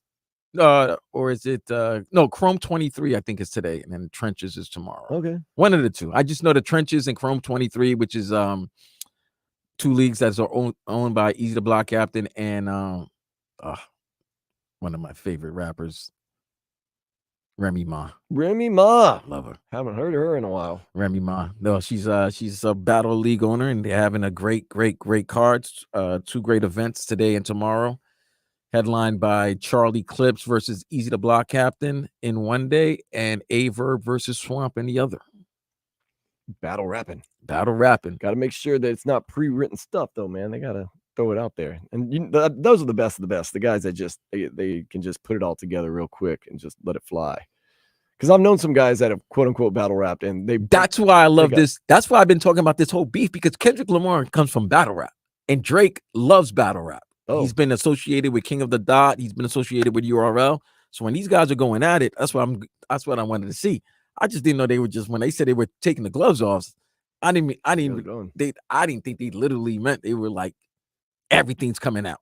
Like kids, mothers, wives, fathers, everybody, children, all that domestic stuff. Abuse, man, pedophile. It's crazy. No, it's crazy. Yeah, bro. That's nastiness. Nastiness surrounds. I'm gonna try to have when I say quiet night, and I'm not gonna say quiet, but I'm gonna try not to have too much wildness in my life. I'm gonna get out of here. I gotta get gas. I always love getting gas. I mean, you're not gonna go much without gas. I know. Then I'm gonna clean, and then I'm gonna go to Funky Buddha. We got May the 4th celebration. We're gonna have some trivia at 8:00 for just about an hour, and get into some of their beers and some of their food, and then I'm guessing I'm going to go home. I don't know. I'll find some way to spend money. That's just the way the world works, man. Girls do that to you, man. I'll be all right. And then get up tomorrow and get ready for this bad boy. We're going to be on from noon to 4. That is going to be on Cinco de Drinko. Do you celebrate Cinco de Mayo? Yes, I do. Oh, really? How do you celebrate? I drink. Oh, okay. Good way to celebrate. Used to in college, it was a big deal. Dos Equis all day. And Dos Equis, those green label lager Dos Equis are just fantastic. I love it. And in college, it was a big deal. You go out to like a Mexican restaurant, everybody was out, it was a party, it was a meat market, you know. Dude, let me say this. Check it out. It's just, people just need a holiday just to say, oh no, I'm drinking for this day. It doesn't matter. You're going to drink on the 5th of May regardless. If I want to drink Dos Equis and eat Mexican food, I can go to any place and do it whenever I want. I don't need May the 5th to do it. Cinco de Drinko. I used to go in college. I drink on May 20th. I'm drinking on May 4th. Yeah, because it's May the 4th be with you. It's always with me. Star Wars. I guess J. Wakefield Brewery and Wynwood, they're probably having a big day because they're a Star Wars themed brewery. And it's always crazy at Funky Buddha. So that'll be a great time. It'll be fun. Maple bacon coffee porter. Hopefully they have it. You know, sometimes they run out, but there's always something good to get and to drink. I'm going to try to definitely watch this hockey game tonight between the Maple Leafs and the Boston Bruins. I'm excited about that. Yeah, man. I just want to see who the Panthers are going to beat. Right. I'll look at the Minnesota Denver game, but you and I kind of know how that one's going to play out. I'd be very surprised if it doesn't play out the way you and I have kind of. I still think they can go 6 games though. I'd love to see Minnesota go out there and put it on them, to be honest. And that's not because I hate Denver. It's just because I like. I'm an Anthony Edwards fan, man. Yeah, I like that team, man. I like what they do. So I'm going to watch all that. I try to keep an eye on these fights. I always love a good boxing match. So see if Canelo Alvarez. I love Canelo because listen, nobody's been funnier learning the English language than Canelo Alvarez. Absolutely. Just Type in Canelo speaking English and just listen to some of the things he said. Blooper reel.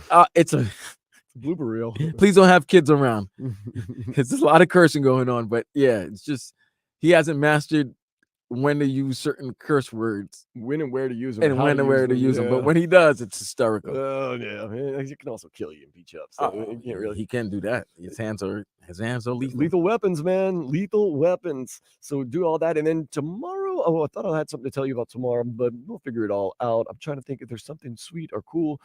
No, just Marlins. Let's see what happens with them, and it's just. I'm trying to think. Nope, I'm getting out of here, Vlad. I'm going to do some cleaning, and then, like I said, May the 4th be with you. May the 4th be with you.